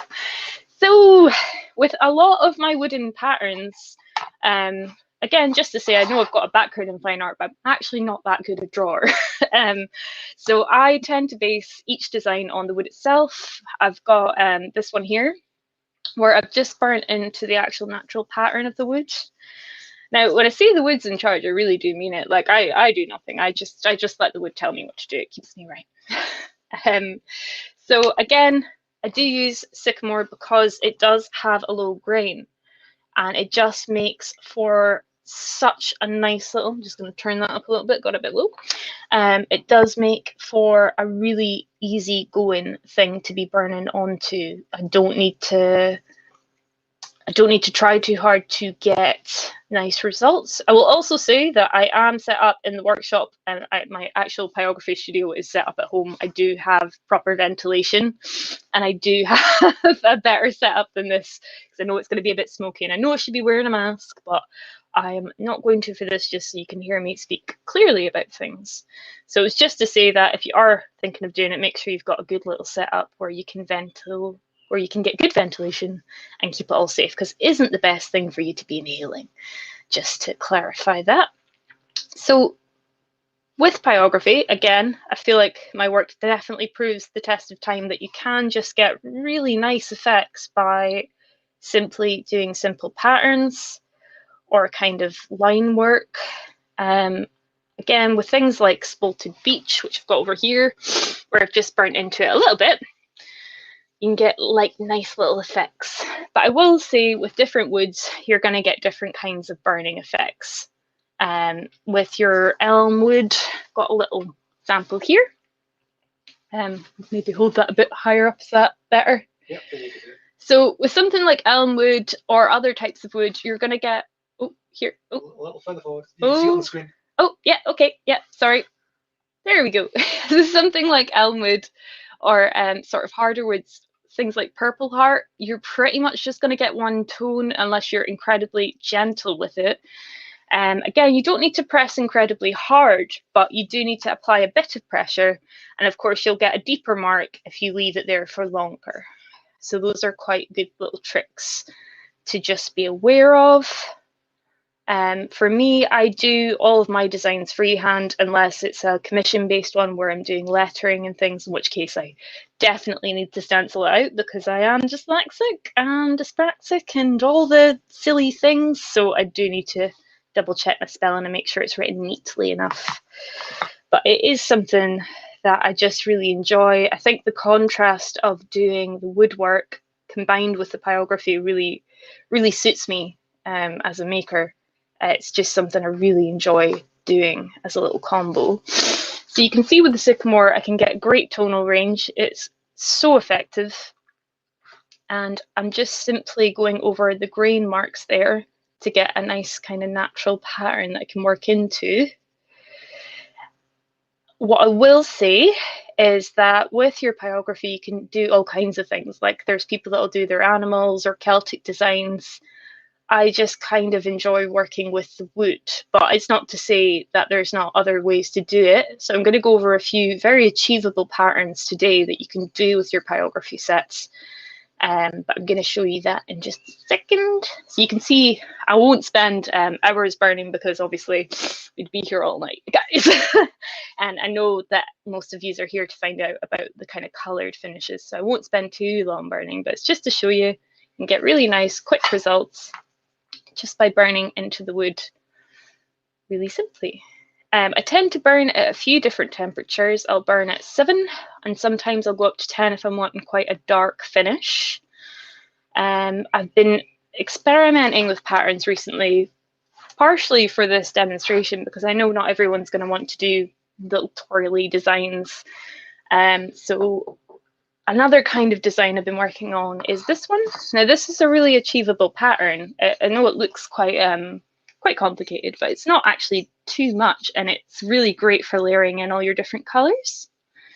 So I've just got a wee couple of bowls that I turned earlier that we can have a little play with. So this is a nice example of another wee ash bowl there. So with this kind of design, I tend to use I have the wrong one in. Oops. I use the blade tip, which I have put in. Sorry. Wrong way around. Yeah. Oh. What? I am sorry. I took over the screen there for a second. I knew there'd be loads of questions for this. So. Okay. Yeah. All right. Bring them on. First one is, can you say a bit about? Oh, hang on. I'm trying to write this. Can you say a lot? I say a bit about. That's what it's supposed to. Sorry, I'm trying to read typo. Can you say a bit about the types of pens you use? Yes. Skew, round tip, ball, etc. And also, someone has asked, what tip are you using at the moment, please? Oh, okay. So I don't know if this is going to be as helpful. I am a bit boring with pyrography. I actually went through a phase of trying lots of different tips and things, but I found the ones I liked the best were just the ones you can make yourself. And this one is just an interchangeable. Oh, sorry, going the wrong way. I need to keep reminding myself to look at the wee screen. There we go. This one is just, it's an interchangeable one, so I can change the wire on it. And I find that really beneficial, primarily because I can make the shape smaller or bigger just with some wires, and it does actually last a bit longer than the prefixed pens. However, in saying that exact opposite, another one I constantly use and actually kind of struggle to get in sometimes is my blade pen. I think they call it a skewer tip. So I do my kind of line work ones with, like this one was mostly done with a skewer tip. So those are my two kind of go-tos. I would say people are sometimes a bit apprehensive about using the interchangeable pens because they don't think it heats up as much, but I haven't really found that to be much of a problem. Again, though, that could be based more on the sort of wood I'm burning onto. I do tend to use blonde woods that are low on the grains. So, you know, something like sycamore is perfect for burning. Beech is also really good. Ash, you've got a bit more grain to work with, so you don't get as good a tonal range, but you can still get quite a good effect. I'm going to show you some burning with the skewer tip pen because I think for most people that are beginning, this is quite a fun one to kind of play about with because you do just get really crisp lines that you can have a lot of fun making, so it can be quite good. So we're going to do a bit with that. And in your lane, you're following you're following the grain lines a lot of the time, or are you sort of freehand doodling around them? Yeah, pretty much. I kind of go between two things. So I go between following the natural pattern of the grain and just kind of enhancing the sort of wood grain that's there. And then I go the other kind of way, which I've got an example of here, where I'll do quite sort of fine line work. And then I'll go back into it to do the sort of swirly patterns and dot work. I have a lot of fun doing these kind of ones as well. I tend to, sorry, not very good at this camera angling thing. So yeah, I tend to do a mix of geometric patterns and sort of more delicate swirls. I find that for me is quite a fun balance and way to do it. I think the reason I wanted to share with you guys that the sort of patterns I create are achievable, because I know some people worry that their drawing skills aren't good enough for doing this kind of work, and that's just not true. Oh, that one's just broke. So that's the other thing, your pens will burn out, and that happens. A good way to avoid that, not to worry, I did bring spares, is to keep your pens clean. Now, I've got the cleaning tip, which is quite good for just doing your sort of thin ones. But another way to keep on top of that is actually just with some sandpaper. All you're wanting to do, because I mean, if you're doing pyrography as often as me, you'll go through things quite quickly. So you don't want to be spending loads and loads of money on replacing pens and things like that. You want to make sure you've got a few backups here and there. A few ways that I take care of my pens is obviously with the razor tip cleaner, but I also use sandpaper and every boards, which I did put here, sorry. And I just sand off all the kind of grime to keep them nice and happy. So again, you can just get rid of a lot of that without having to spend, again, loads of money on different bits and bobs. Okay. So you can keep your pens quite clean just by doing that, and it does make them last a lot longer. Whew. Sorry. So yeah, I'm going to switch to a smaller tip pen, which I don't like as much, but it is what I have, I'm afraid, guys. So with your built-in pens, when they break, they break, and that is just the biggest of bummers. I've got a smaller skewer tip here that I'm just going to try and finish this pattern with. Oh, what's up, Terry? I can hear you coming in, I think. Or can I? No? Oh, no. Sounded like you were going to come on. So yeah, you can see sort of effective line work here just by simply doing some building up your pattern slowly.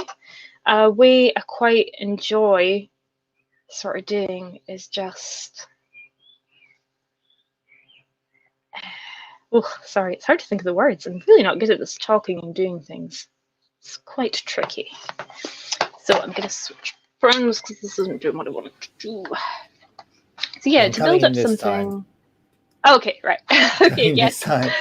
Someone has asked, have you ever tried burning alder wood? Alder, isn't it? It's alder. Oh, alder. I don't think I have, actually. Okay. No, I don't know where if I the question have. was coming from on there, but that's fine. Oh, maybe it's a good wood to burn. I do like to experiment with what wood to burn into as much as I can, because if nothing else, it's quite good for... as I say, pattern or textured work. I've always been a big fan of texturing work. I think it's a really sort of fun touch. I like people to be able to pick up the bowls and get a kind of physical feel to it, as well as it being this natural material, but actually having those like nice dented in lines are quite fun.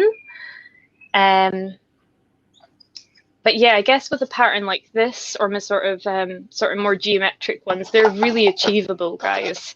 Yeah. So I'd Kirsty, say if you're... there's a bowl by your left hand on a small piece of wood. That one, yeah. Please move it. It's going on the floor in a minute. There we go. There we go. Sorry, I'm still not used to doing rocking bowls. I only just started turning these recently, so I'm still having a lot of fun with them. It's such a lovely bowl. It would be so sad to see it go on the floor. B Matthews is out there watching. Oh, she's amazing, isn't she? I'm a big fan of hers. She's absolutely fantastic, guys. If you're not following her, get on that, because she's brilliant. They entered the skull exhibition, her and her partner, and I'd have to say their skull they did was just so popular with its little top hat and everything. It was a total hit. Yeah. I wish they could have seen everyone's reactions to it, because it was just one of those. But no, I'm a big fan. Is she saying hello, or is she just... Yeah, she was. She's been there since the beginning, her and Andy. Oh, God. And, oh no. Don't tell me my heroes are watching, because I'll get too nervous, Terry. You need to just pretend there's I'll kick her out then. B, you have to just... No! Sorry, but... yeah, but B has said that a tea strainer or a liming brush are good to clean the nibs rather than sanding. So, oh, right, really? There. Oh, that's a top tip. I'll be taking that on. Mike Latham, Lalem, I can't read that. Yeah, that would be pretty much the same as using the brass wire brush as the liming brush. So that would be the one. And B's just said she won't say anything else, but she says you're doing great. And Paul, yeah, I think we'll try. We have zoomed in a bit on the overhead. I'll see if we can zoom in on the other one. It's just changing in and out is going to be the problem, but what we can do for you. All right, I'm off now. It's back to you, Kirsty. Okay, but I guess what I mostly wanted to cover here was that you can get some really effective results without being like a top-end artist or drawer. You can get really nice, simple patterns, and it's just quite fun. It's quite fun just to have some line work and that, as I say, just that little bit of texture there. Each to their own, of course. I know some people like them really natural and things, but that's definitely how I quite like to do it. So I think I've probably talked enough about pyrography, and unfortunately we don't have enough time for me to burn an entire bowl because I spend about 3 hours on at least one bowl. It's a bit ridiculous, I know, guys, but that is the truth of it. I do spend a silly amount of time burning these guys. I think what I'd like to do, just to talk you through how I combine the different colours, is just start with the waxes and how I apply them, and then build up how I would get a finish like this. I don't know if that's... Oh, there we go.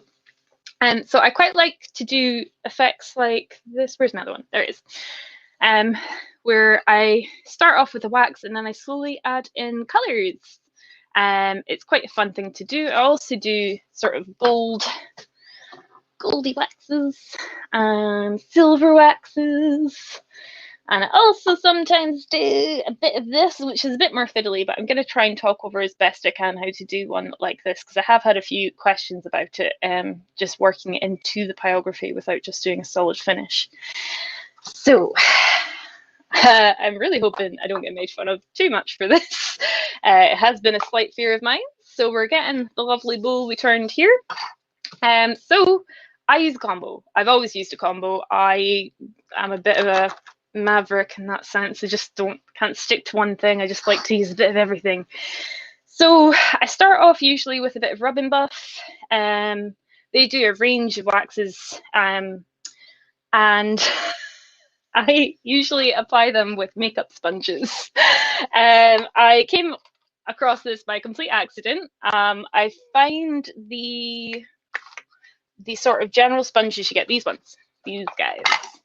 These are a little bit coarse, and they're really good for doing more textured work. They're really, really good in dry brushing. But if you're just wanting a really smooth finish, makeup sponges are actually fantastic for this. So I usually do my first one just by simply, putting it on a little bit at a time and smoothly finishing it. But with any of the sort of wax finishes and things like that, you will be having to do a lot of buffing. It is in the name, especially with their glints. It's all about buffing it in and making sure it is at a really nice consistency. I do tend to build up my layers as well. I won't just do kind of one particular thing, I'll do a whole range. So we'll get this started with a little bit of the makeup fun. You can get a pack of makeup sponges at Poundland, by the way, so you don't have to worry too much about that if you want to try it out, but I do find them just really effective for getting a nice smooth finish. It is something I get asked about a lot again, and as I say, I'm always happy to share, but I always do feel a bit embarrassed when I have to say it's a wee makeup sponge I've been using to get them nice and smoothly applied. And then I usually let that go in, and again, I know it must sound a bit silly and a bit funny, but when you use sort of blue roll or kitchen roll to buff up your waxes, you're not making your life easier. I actually use like really soft kind of tissues to buff in my wax. I know it sounds really daft, but it does make a big difference. I cannot stress it enough. It must sound really, really bizarre, but the softer the softer sort of you apply it, and the more you buff it, the better result you're going to get. I know all this sounds a bit daft and tedious, but honestly, this is the way I do it. I do tend to do it in stages, so I'll usually start off with a nice wax on the bottom layer. And again, this is where your sanding kind of comes to the test as well. If you've got any bits that haven't quite worked out, or you've got anything that hasn't like, yeah, if you get any funny marks while turning, it's going to show here. you do really need to make sure you've done a good job with that. Ooh. So again, it's just about buffing. The more you buff, the better result you'll get.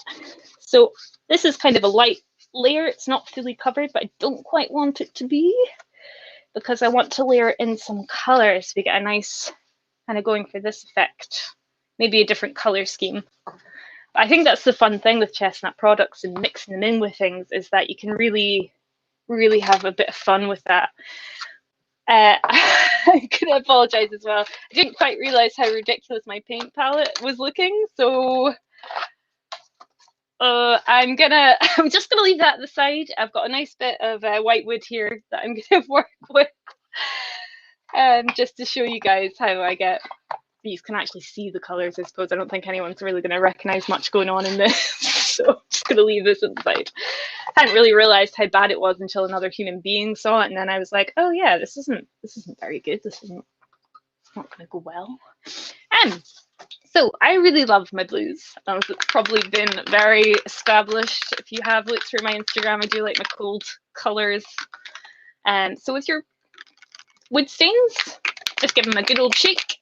I have to stress as well, don't need to use loads of these. You can just use a little bit at a time. They do go quite far.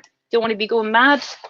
I do tend to hand paint all of my bowls, which I don't know if that's like a weird concept. I know a lot of you guys do spray effects and stuff, or adding colour while it's on the lathe. It's just not the way I've learned to do it. I'm sorry. So we're going in with a bit of a hand painted finish. I'll get my man to change the angle. Okay, try and hold this up a bit further as well so you can kind of see what's going on. So I've got a small layer of gold wax, and I'm just going to add in little rough patches of colour. Now with stuff like this, you can go for a whole range of colours. It doesn't have to be one thing. It's really good fun to just add in a wee range, and then, as I say, with something like this, I tend to sort of do a sort of darker colour on the outside and then bring in some lighter colours. I think the most important thing when you are working with wood stains, though, and sort of waxes and a bit of colour, is to just have a bit of fun. You don't want to put too much pressure. I mean, I think some of the best results I've got have just come about through playing. Because when I first graduated, I was a bit scared of using colour, and I know that sounds a bit daft, but it was one of those things. I'd gotten it in my head that I didn't know what I was doing, and I was all nervous when I left art school. And it took me quite a few years to get back in this sort of habit and of being able to embrace my love of painting and doing weird finishes and things and using a bit of gold. So yeah, it's a bizarre one, I know, but it's quite fun just to have a little play. I actually oddly got back into things with Fun-A-Day, which is like a Dundee thing where you do one sort of different fun task per day of January, because January is kind of always a bit of a slog for any of us creatives, isn't it? So yeah, that's when I actually started incorporating colour. But my first set of these little mini ones, again, if you're just starting out with colour, I totally recommend these wee sample packs. They're great just to get a feel for what colours you like. I think you can tell from the bigger bottles at the front here which ones are my kind of favourite go-to colours. But again, each to their own. It's not about, I guess what I'm trying to say is there isn't any wrong answers. It is about what you think looks good, what you get a feel for. I like to work with a wee range of finishes because that's what works for me. It's not going to be what works for everyone. So with a gold finish, I quite like, and when I'm building up colour, I quite like to add in a bit of yellow to give it that bright kind of, you can see it here. So I went for this kind of really yellowy gold. So with this one, I've done a gold wax, and then I've done sort of the cherish. Is it cherish? Cherish? Dyslexia is not fun, guys. So if I'm saying all these words wrong, please forgive me. Yeah, there we go. That's the one. Thanks, Terry. And I use the red to build up, and then I go into the center with a bit of the yellow and a bit of the gold, to get that kind of bright, vibrant sort of colour. You don't always get that with your waxes. Sometimes it's good to just layer up. I mean, you can already hopefully see with this one I'm working on just now that just adding a small touch of yellow gives it a big pop. I quite like as well to add a small sort of, what would it be called? A fade. That's the word I'm looking for. A small fade Kirsty. to just build up colours. Yeah, sorry. Yeah, sorry, let me interrupt a second. You're referring to some of the colours as stains, but they're actually iridescent paints, aren't they? Oh, sorry. That's all right. No, it just caused a little bit of confusion, so just wanted to clarify. Oh, I'm so sorry. No problem. So sorry, guys. I am terrible with names of anything. I'm so not trying to make excuses, but I am horribly dyslexic, so I pretty much just call everything my guys. Like, here's my color, guys, here's my tools. I'm not very good with names, so I am very sorry for not explaining what I was using. I do apologize. I'll try and be more thorough. Good catch, though. Good catch. So with something like this, I'm just going to go into the sides now with deep blue. Again, just to give it a nice little tonal fade. And then I'm going to finish off with a little bit of the glint just to bring back some of that nice shiny twinkly gold. Been having a lot of fun with all these different wood stains recently. I think in lockdown it really gave me a chance to just get back into painting and using colour, and I think that's been a really fun thing for me over lockdown. And it initially just started because I didn't have workshop access. I couldn't do my usual wax finish on the lathe, and I was like, well, I can do a varnish finish with colour, so kind of got into it with that. And again, you just want to build it up slowly. Make sure you're adding in a little bit of the yellow and gold again, and I'm going to let this dry and then show you a few other tricks. So it's just about layering with this kind of effect, and it is really fun to bring them together. I simply gently do it, and hopefully you can start to see a little bit of a, there we go, yeah, a little bit of a kind of mix of colours happening as you move the bowl around. I quite like that shine, but I also like to add in a bit of colour, and I quite enjoy when you can build colours up to look like different things from different angles. Quite fun. I am quite keen to show you guys another wee thing as well. Now I can't see the name of this one. This was a little tester pot that Terry sent me, which I've been having loads of fun with. This one in particular is a sort of rusted sort of type of paint, wax style thing. So I'll not show the label, but it is a tester thing. Hopefully they will pick it up, because I quite like the effects I've been getting with this one. Definitely want to buy it again. So this one has a bit of texture. I'm not sure yet. Has a bit of texture, and it's got this lovely sheen to it, but it's also really nice for layering colours over to. Wee example of this is this lovely rocket bowl that was nearly falling off earlier. So with this one here, I've managed to do the rim, and it's got a lovely subtle texture and really, really nice catching of the light. And again, what I've done is a base coat of it, and then I've built up other colours on top. I do apologise for it not being straightforward, guys, because I know it must be a little bit confusing seeing all these different processes being used together, but hopefully making it clear enough. This little guy, I'm not quite finished him yet, but I just wanted to bring in some in-process pieces. I'm going to add a little bit of this particular wood stain effect to this one just now, just so you can see it in action and see how it kind of changes the colours as you're using them. Again, if any of this isn't being clear or you do have questions, just let me know, because I know I'm not the greatest at explaining things.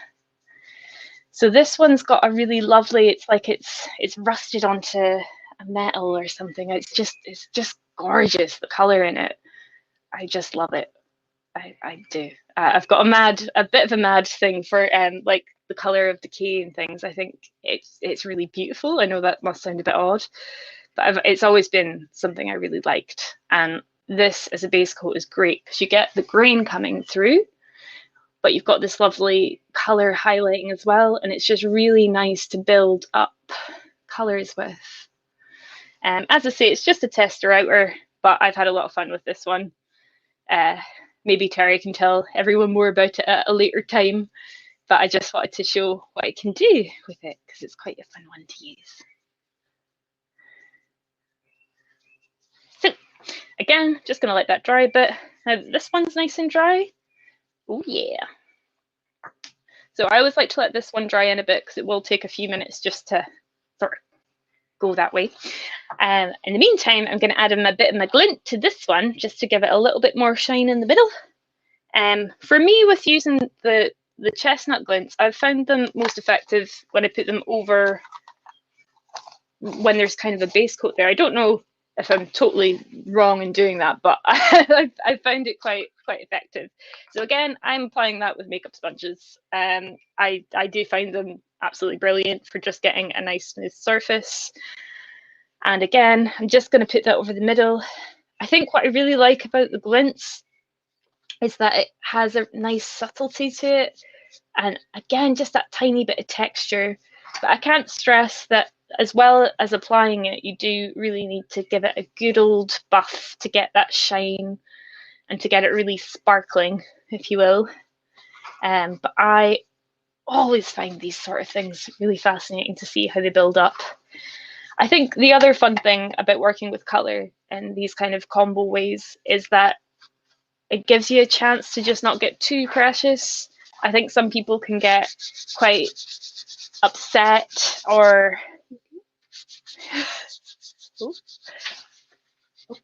oh, sorry. Thank you. Get upset or precious about things. So it's always good to just have colours kind of to have that balance of things and to make sure that you're doing it. So now that I've rubbed that back a bit, you can kind of see this nice, lovely little shine, extra shimmer in the middle. That's what we wanted. Again, I quite like it when you're looking head on because then you can, oh, sorry, that's better. When you're looking head on because you can see the sort of darker shape. And then in the middle, it gives it this kind of nice lighter thing going on there. So it's quite fun just to do things like that. And again, it doesn't have to just be sort of greens and blues and things. There are other colours, not ones I use as much, but something like this is quite fun to do as well. Now, while we're waiting on these guys to sort of harden a little bit, I'd like to show this one. So if we're doing one like this, this is quite fiddly. And as you'll see, I'm going to clear my desk a little bit because I went a bit rogue with my setup, quite ridiculously. I am a messy worker. You don't want to see my home studio. It's worse than the workshop before the tidy. It's just quite chaotic. So for doing sort of more detailed applications of wax and sort of gold finishes, what I tend to actually do is use Q-tips. I know these sorts of things sound quite strange, but you want to be able to apply them evenly and softly. And if you're doing sort of, I'm not sure if anyone else does sort of like work like this, but for me, when I'm wanting just sections for the gold and I want other sections for wood that's like as pretty as this, I mean, you want to be showing that off. There's a nice little luster there. So I don't want to cover that. But I do like to add little touches. So a good way to do it, again, is just applying almost a little Q-tip. So I'm going to touch this one up because I haven't really finished it yet. It's a bit in process.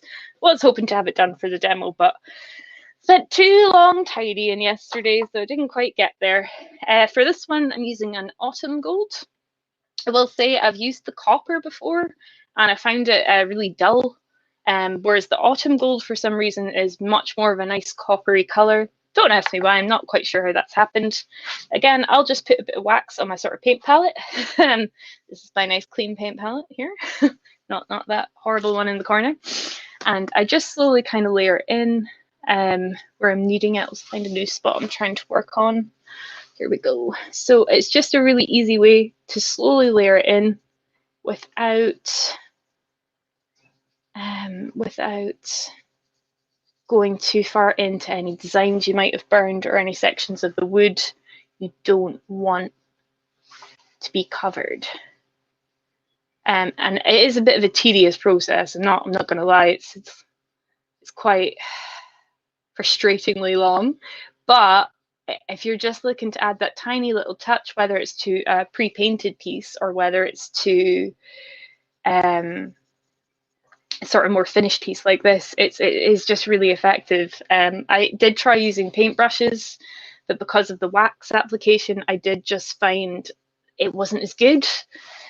So I do tend to add it in with sort of, and obviously when you're doing it with like tissues and things, it was going everywhere. So this is like a nice controlled way to add in just that little bit of wax finish to your pieces without worrying too much about going into any areas you might not want to go into with your colour.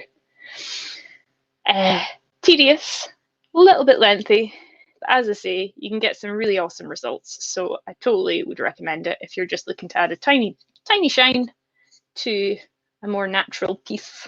Quite fun for sections anyway. And so that's how I'm doing that.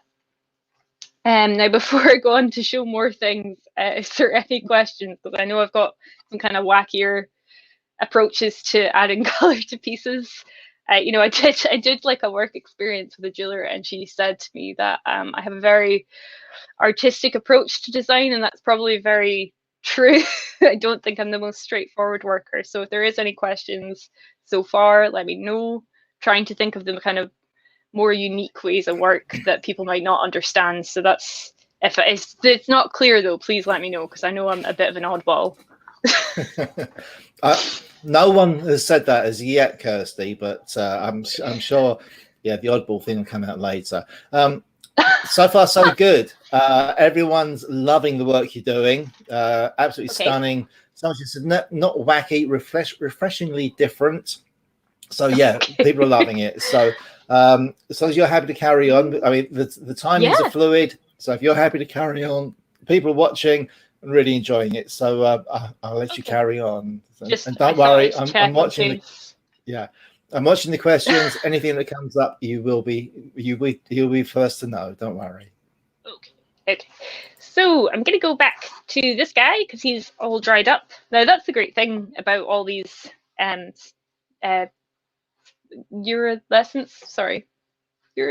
iridescent paints and waxes and things, is that they do tend to have like a lovely quick drying effect. So it does allow you to build up colors very easily, which is good. That's what we want. We don't want to be hanging about too long. But you know what? I also have to compliment that they don't actually seem to dry that quick. Those tiny little splodges that I put out at the start, they're all still good to go, which is why, again, just from a purely practical point of view, you don't need to be pouring out loads. I mean, I've made that mistake more than a few times where I've went a bit overzealous with my paint palette. You definitely don't need to be doing that. That is a sign of a bad palette. So again, I'm really into my blues and things, and I do just build up the color really slowly. Again, usually kind of using the places I've burnt into as a kind of tonal point. I'm gonna try to say as a point of practicality. So I'll usually kind of darken these and use either the shape of the bowl or my kind of patterns to guide me. But as you can see, it just kind of slowly builds up that color and tonal range and makes it a little bit more interesting. I do tend to work with a wee range of paintbrushes. I do tend to paint things on rather than spray or sponge. It's really just the waxes I use the sponges for, or the Q-tips. The rest is very much hand painted. That's just the way I've been working over the years. But I find it really effective. And you can kind of see from this bit here that if you a little light touch of paint with your pyrography just gives it that kind of depth. Again, it just adds to another level of the tonal range you can get, and it is just quite a fun way to kind of work. Definitely would recommend it. I think the best advice I would have about using all these different sort of wood stain finishes, iridescents and waxes. Again, sorry about that, guys. I am terrible at reading labels and learning the proper names of things. It is something I'm very guilty of. So it's just the most I could recommend is get a few pieces that you're not going to think too much about and just have a bit of fun. I think that's the best advice I could really give. I think a lot can be said as well about just things like yellow to add that little splash of tone. But the white is particularly effective, which is what I'm going to be going on to next, because I don't want this to go too greeny. I want it a bit more blue. Oh, is that you, Teddy? Yes, it is. Oh, hello. Hi. I'm really not sure what my tell is there, so you know that I'm there. But anyway, I can hear you coming in. I can hear a little change in the background now, so oh, right, it's quite good. okay. It gives me a little bit of time to prep and go into answering questions. I've got my little Yes. bell handy as well, actually, but we won't worry about that. Like an someone game has, show. yeah, someone has asked about the about the when you're putting just the gold waxes in just certain areas. When you buff, how do you buff them? Do they stay?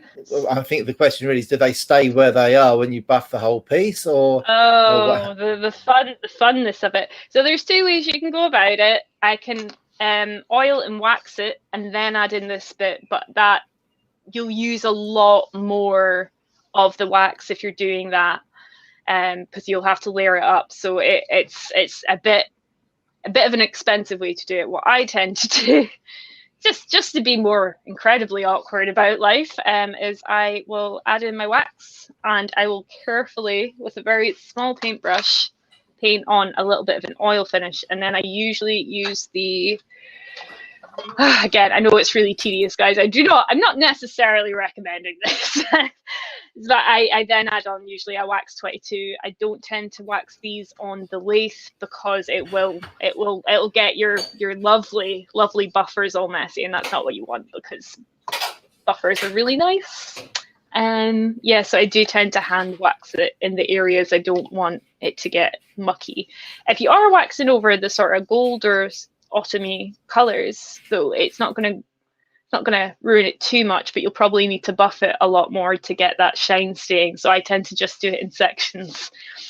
I don't really have the most straightforward way to approach for recommendable practice. I'm not going to lie about that, but it's just I just don't like to take the easy road. So yeah, with my waxing, I will tend to do that in sections, and it is a bit of a pain, but it does have results as well. People are really like this kind of work, and it is a fiddly way to get it, but yeah. So I wouldn't recommend buffing it on the lathe. That is going to mess up your lathe waxes, because this might come off a bit, and you don't want that kind of metallic stain going through your other pieces. Hand waxing is kind of the way forward. If you do want to, if you're happy enough to spend the money, I suppose, you can oil and wax it first, and then gently add on your golder waxes, but you'll have to use a lot more of it to get the same result. So it's about the long road or the more expensive one is kind of your two options. I've done it both ways. I just do it this way because I'm not the richest lady. Yeah. So someone's asked how durable the finishes are, and also are they usable, or are they look don't touch items? I've got one of your cosmic bowls, and it's certainly handleable. The finish stays where it is. Obviously, it is a decorative bowl. You wouldn't want to be putting fruit or anything like that in it. It would be a crime, absolute crime. But it would be a crime, but I don't think it would be like, I do food safety finishes on like my boards and on occasional bowls that are meant for food, but I'd never add the colors to them because I'm never sure if that's, I just try and stay very by the book for that. For these particular ones, I do a varnish finish. For my wax centers, I actually don't do any kind of finish on them, and they do last. For the sort of centered ones, if I'm layering color into it, I think the one you've got, Terry's, is a bit like this one. So I would varnish that. If you've got the layers of color, it'll look quite nice, but if you've just got a gold wax or a silver wax, if you put varnish on that, it's going to tarnish. You're going to get really horrible marks. I've done it, and it's not a pleasant experience to have to redo your work. I've literally had to put my lovely bowls back on the lathe and sand them back to get the gold Oh. finish I wanted. So you don't want to be varnishing your wax finishes because they are going to tarnish and get kind of horrible, unpleasant marks. But they do last. They do last, providing you do a really good buff on them. They will last. It's just about passing on good care instructions, making sure that they're going to keep buffing them over the years to just keep them that little bit shiny. But they do last. Yeah. I've had many a friend or family buy them over the years and they haven't surpassed. It's just the pyrography I've had to be more careful with. That you do have to get your UV protective oils to stop them getting sun damage. So that's like the only thing I would say fading wise. If you are new to pyrography, make sure you're getting UV enhanced varnishes or waxes or oils just to make sure you're keeping your patterns that you spend a while burning intact. So that's maybe definitely the only advice. Definitely. And someone else has asked, have you ever experimented with darker woods? Yes. In terms of pyrography, I have done Purple Heart. That's quite a good one. And obviously my elm woods and stuff, I've done a few things with that. I will say with the pyrography side of it, don't get an amazing tonal range, but you can still get really effective patterns. I'll try and where can we switch? I'll try and show. Sorry, no, you're fine. I will say, okay, here we go. So you can get more of, on darker woods, you can get really nice burnt in patterns, but you're not going to get as good a tonal range. It's kind of more of just a straightforward black you'll get. I do like darker woods as well, but again, it depends on the grain for getting nice color effects and things. It's not always easy to obtain the same sort of finish. I don't always use sycamore. I just mostly use sycamore because for me, it just works perfectly with the ways I work. And as I say, it's very nice and well behaved on the lathe, which is a nice comfort when you're back in the workshop after about 6 months of not being in the workshop. But again, personal preference. I've used a few bits and bobs. I've not experimented too much with the color side of things. The few times I have added color to a darker piece, I tend to find I sort of lose the wood. It's more with the jewellery pieces I've experimented because I make a lot of my sort of pendants and things with smaller bits of wood that I've got from offcuts of doing bigger pieces. So I'll shape them up on the lathe, sanding them away and cutting them up on the bandsaw and things. And I just find when I've got a really lovely dark wood and then you add the colour on, you just kind of lose the wood a bit. I don't, maybe it's a personal preference thing. When I'm working with like a really dark kind of nice wood, it's just really tricky to get it looking the way you want with colour and things, but it's quite nice just to add I'd say if you're doing it, or at least when I'm doing it, I just try and add like a small amount of colour, but I have a better time adding wax. These wax things you sent me, these have been quite good on kind of darker bits of wood. They kind of show up a bit more, these little sample pots. But again, you can layer up your wood stains on top of that, so it's quite good. So in answer to the question, I've tried it. It's not my favourite thing to do because I think you kind of lose. Yeah, sorry, I kind of tail off and start rambling when these kind of things happen because I get really into what I'm speaking about. Absolutely perfect. All right, I'll put you back on full screen again. Where were we? Gosh, where were we? We were doing something. I don't remember what it was. It was this one. Sorry, guys, losing track. So again, for just building up your colors, it's really nice if you use the pyrography as a little guide. And that's what I was going to do. Sorry, it's coming back to me now. I'm going to add in some white. So I actually used the white metallic stain as, this guy. I find it blooming brilliant. I'm not going to lie. It's great for just slowly building up your tone. It's great for adding into other colors just to give them a bit of a lighter finish. I love it. I think it's great. I actually use a lot of it just to give a nicer kind of fade on certain bits of the wood, and it's just really nice for highlighting it. You can also just layer it on as well, which is quite nice, just to give it a bit more of a, it's very subtle. You have to go at it a little bit, but it is quite fun, as I say.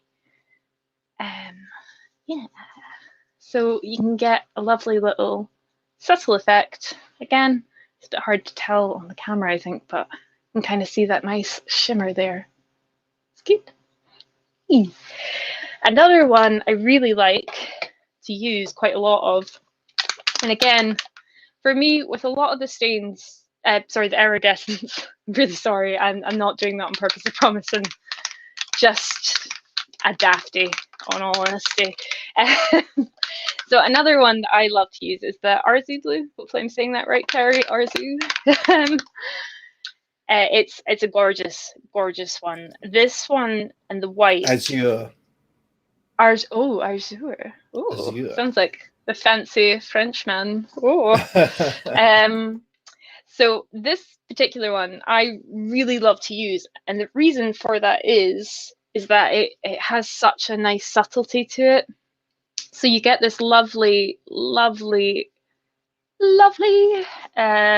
color, but it's just nice and subtle. You still see, if you're just doing a light coat of it, you get the lovely green coming through, which you don't get with all the iridescence, but with this one in particular, you can just see, hopefully, that's just with a one light layer, and you've still got the wood grain coming through.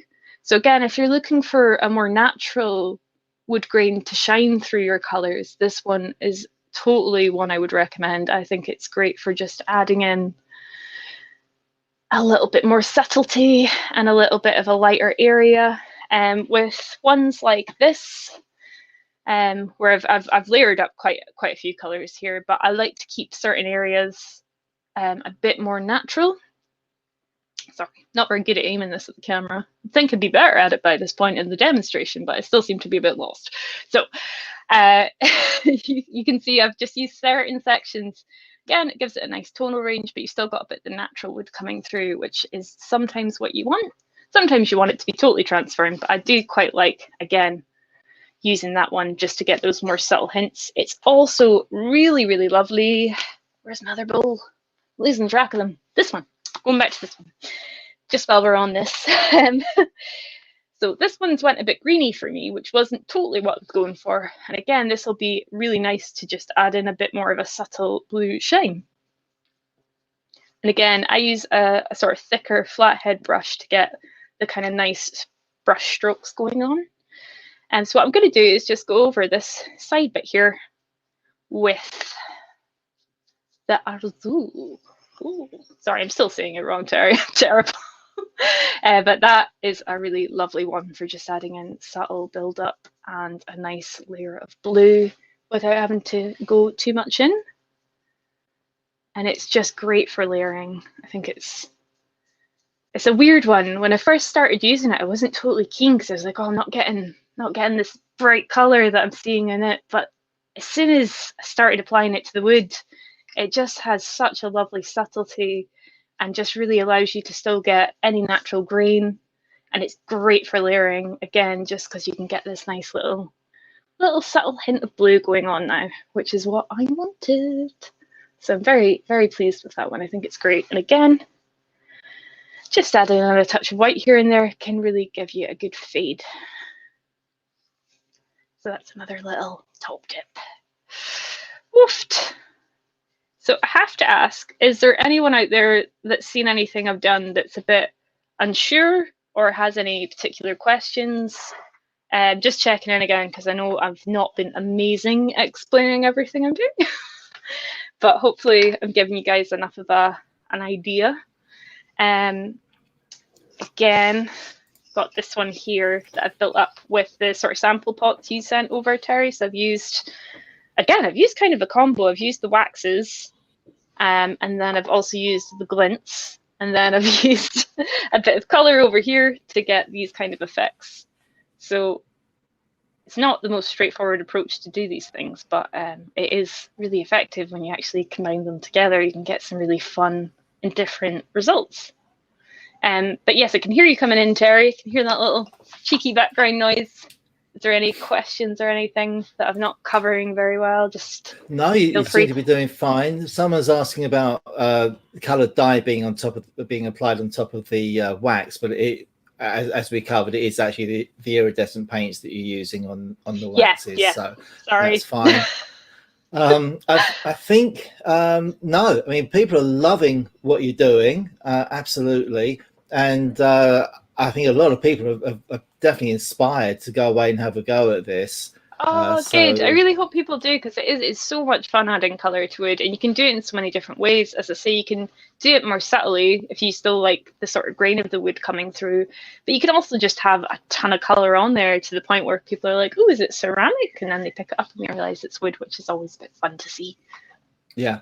Sorry. No, it's been great. Someone has asked, is there a system for the layering, such as light over dark or color tones in a particular order that you prefer, or do you just play with them? Or I'm a bit of a mad one in that regard as well. I do tend to decide what kind of colour scheme I'm going for. I am a bit onto the blues. I just love blue. I do. I just love blue.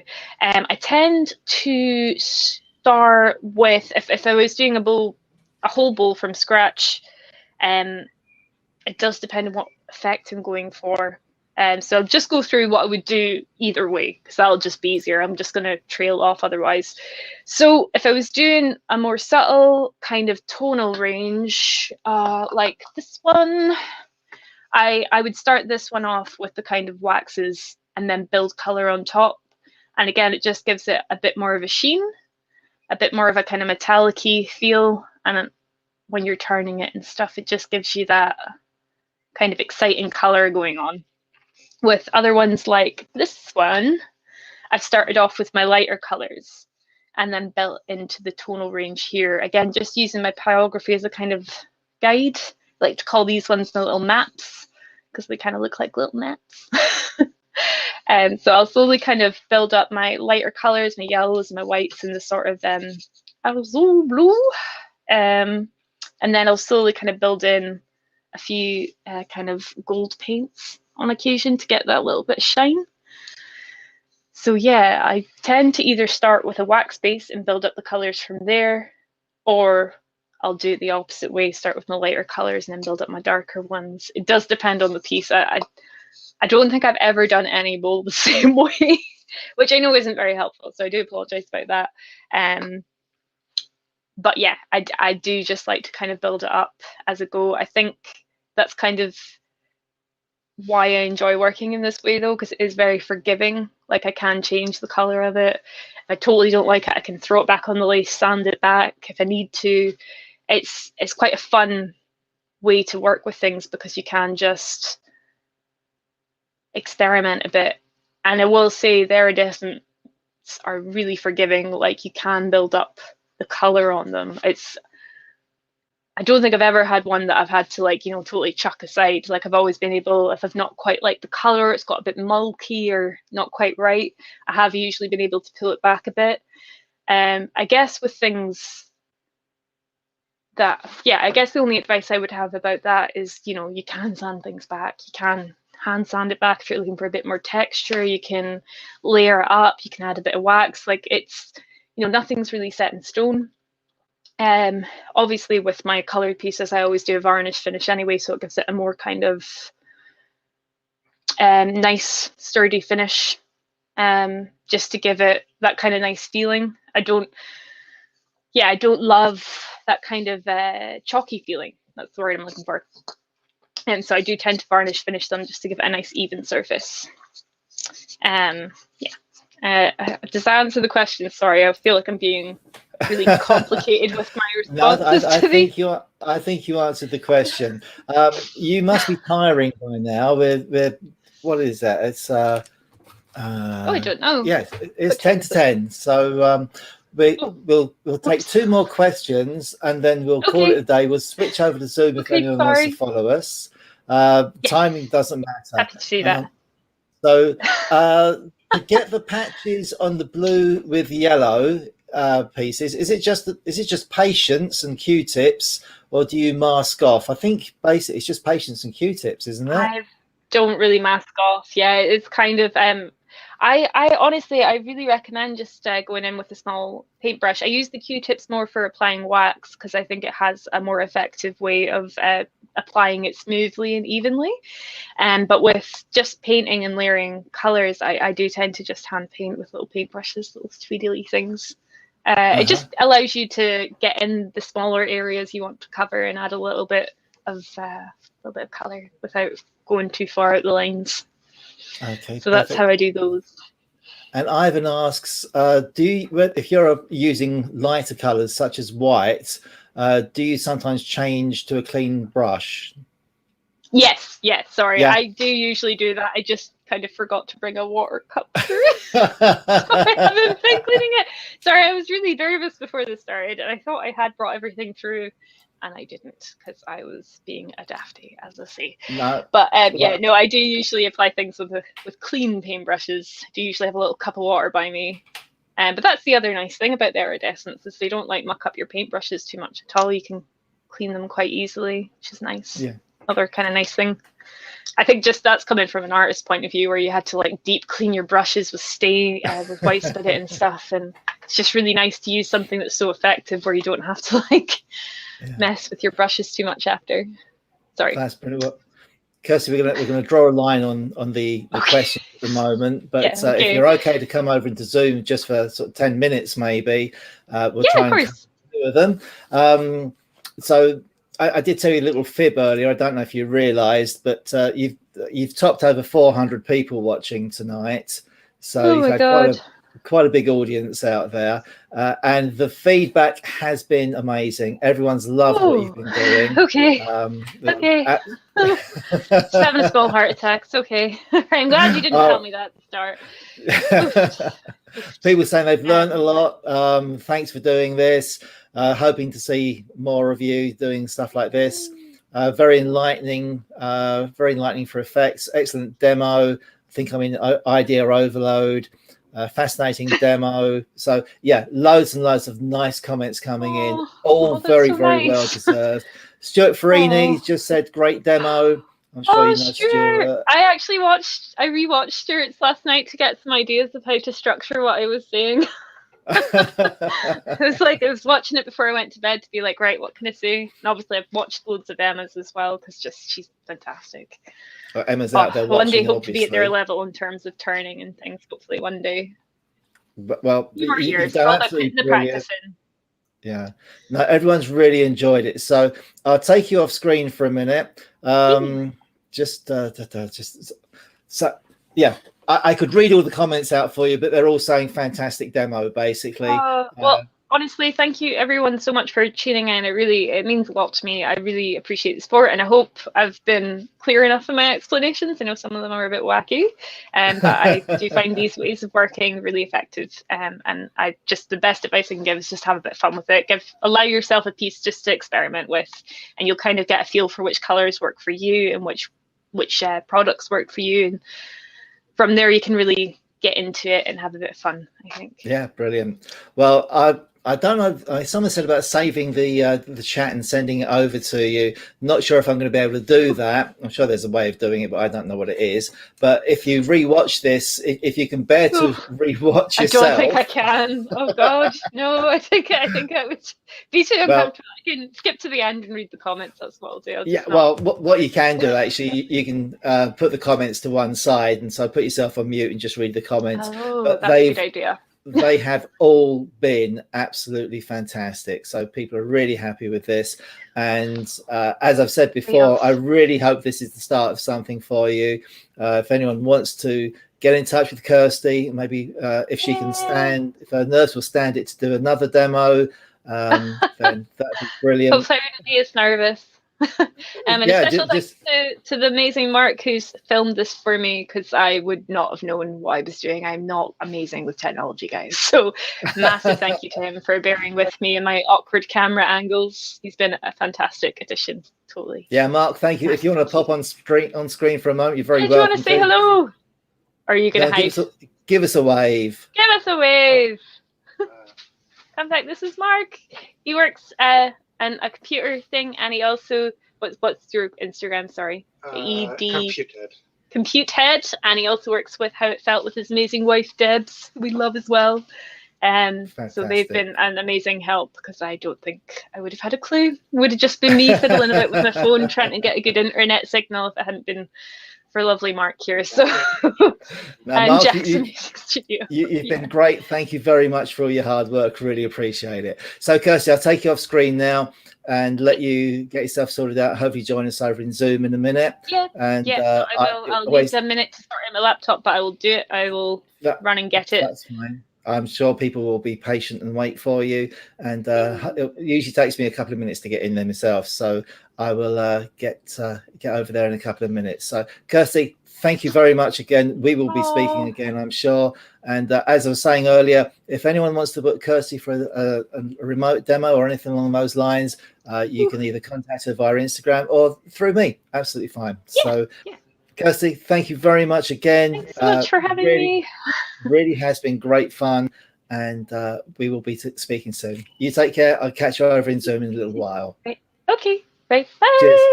Bye-bye. Thanks, everyone. Bye-bye. And there she goes. So, folks, thank you very much for tuning in tonight and watching. That was brilliant. I thoroughly enjoyed all of that. And it's great to have so many of you out there watching as well. I really hope Kirsty is going to be making a splash in the future and doing much more stuff online. As someone commented, as the demo progressed, the later it got, Kirsty definitely settled in there, I think, and was overcame the nerves, especially for the second half, which is, I think, the decorating is far more her forte. Anyway, excuse me, the link for the Zoom is in the chat. It's pinned to the top, so no excuses for not joining us if you want to. Be great to see you there if you can, and if not, we'll be back again on the 2nd of June. Don't forget, Ronald Can demonstrating live from the Netherlands. So if we don't see you before, we'll see you then. Head over to conkerslive.co.uk, sign up for the bulletins so you know exactly what's going on and when it's happening, and you can also get the weekender details there as well. So I'll leave you with that. Thank you very much for being out there. We've overrun, as we often do, but we don't care, really. We've had fun. I hope you have. Thank you very much for joining us, and see you over on Zoom if you're coming over.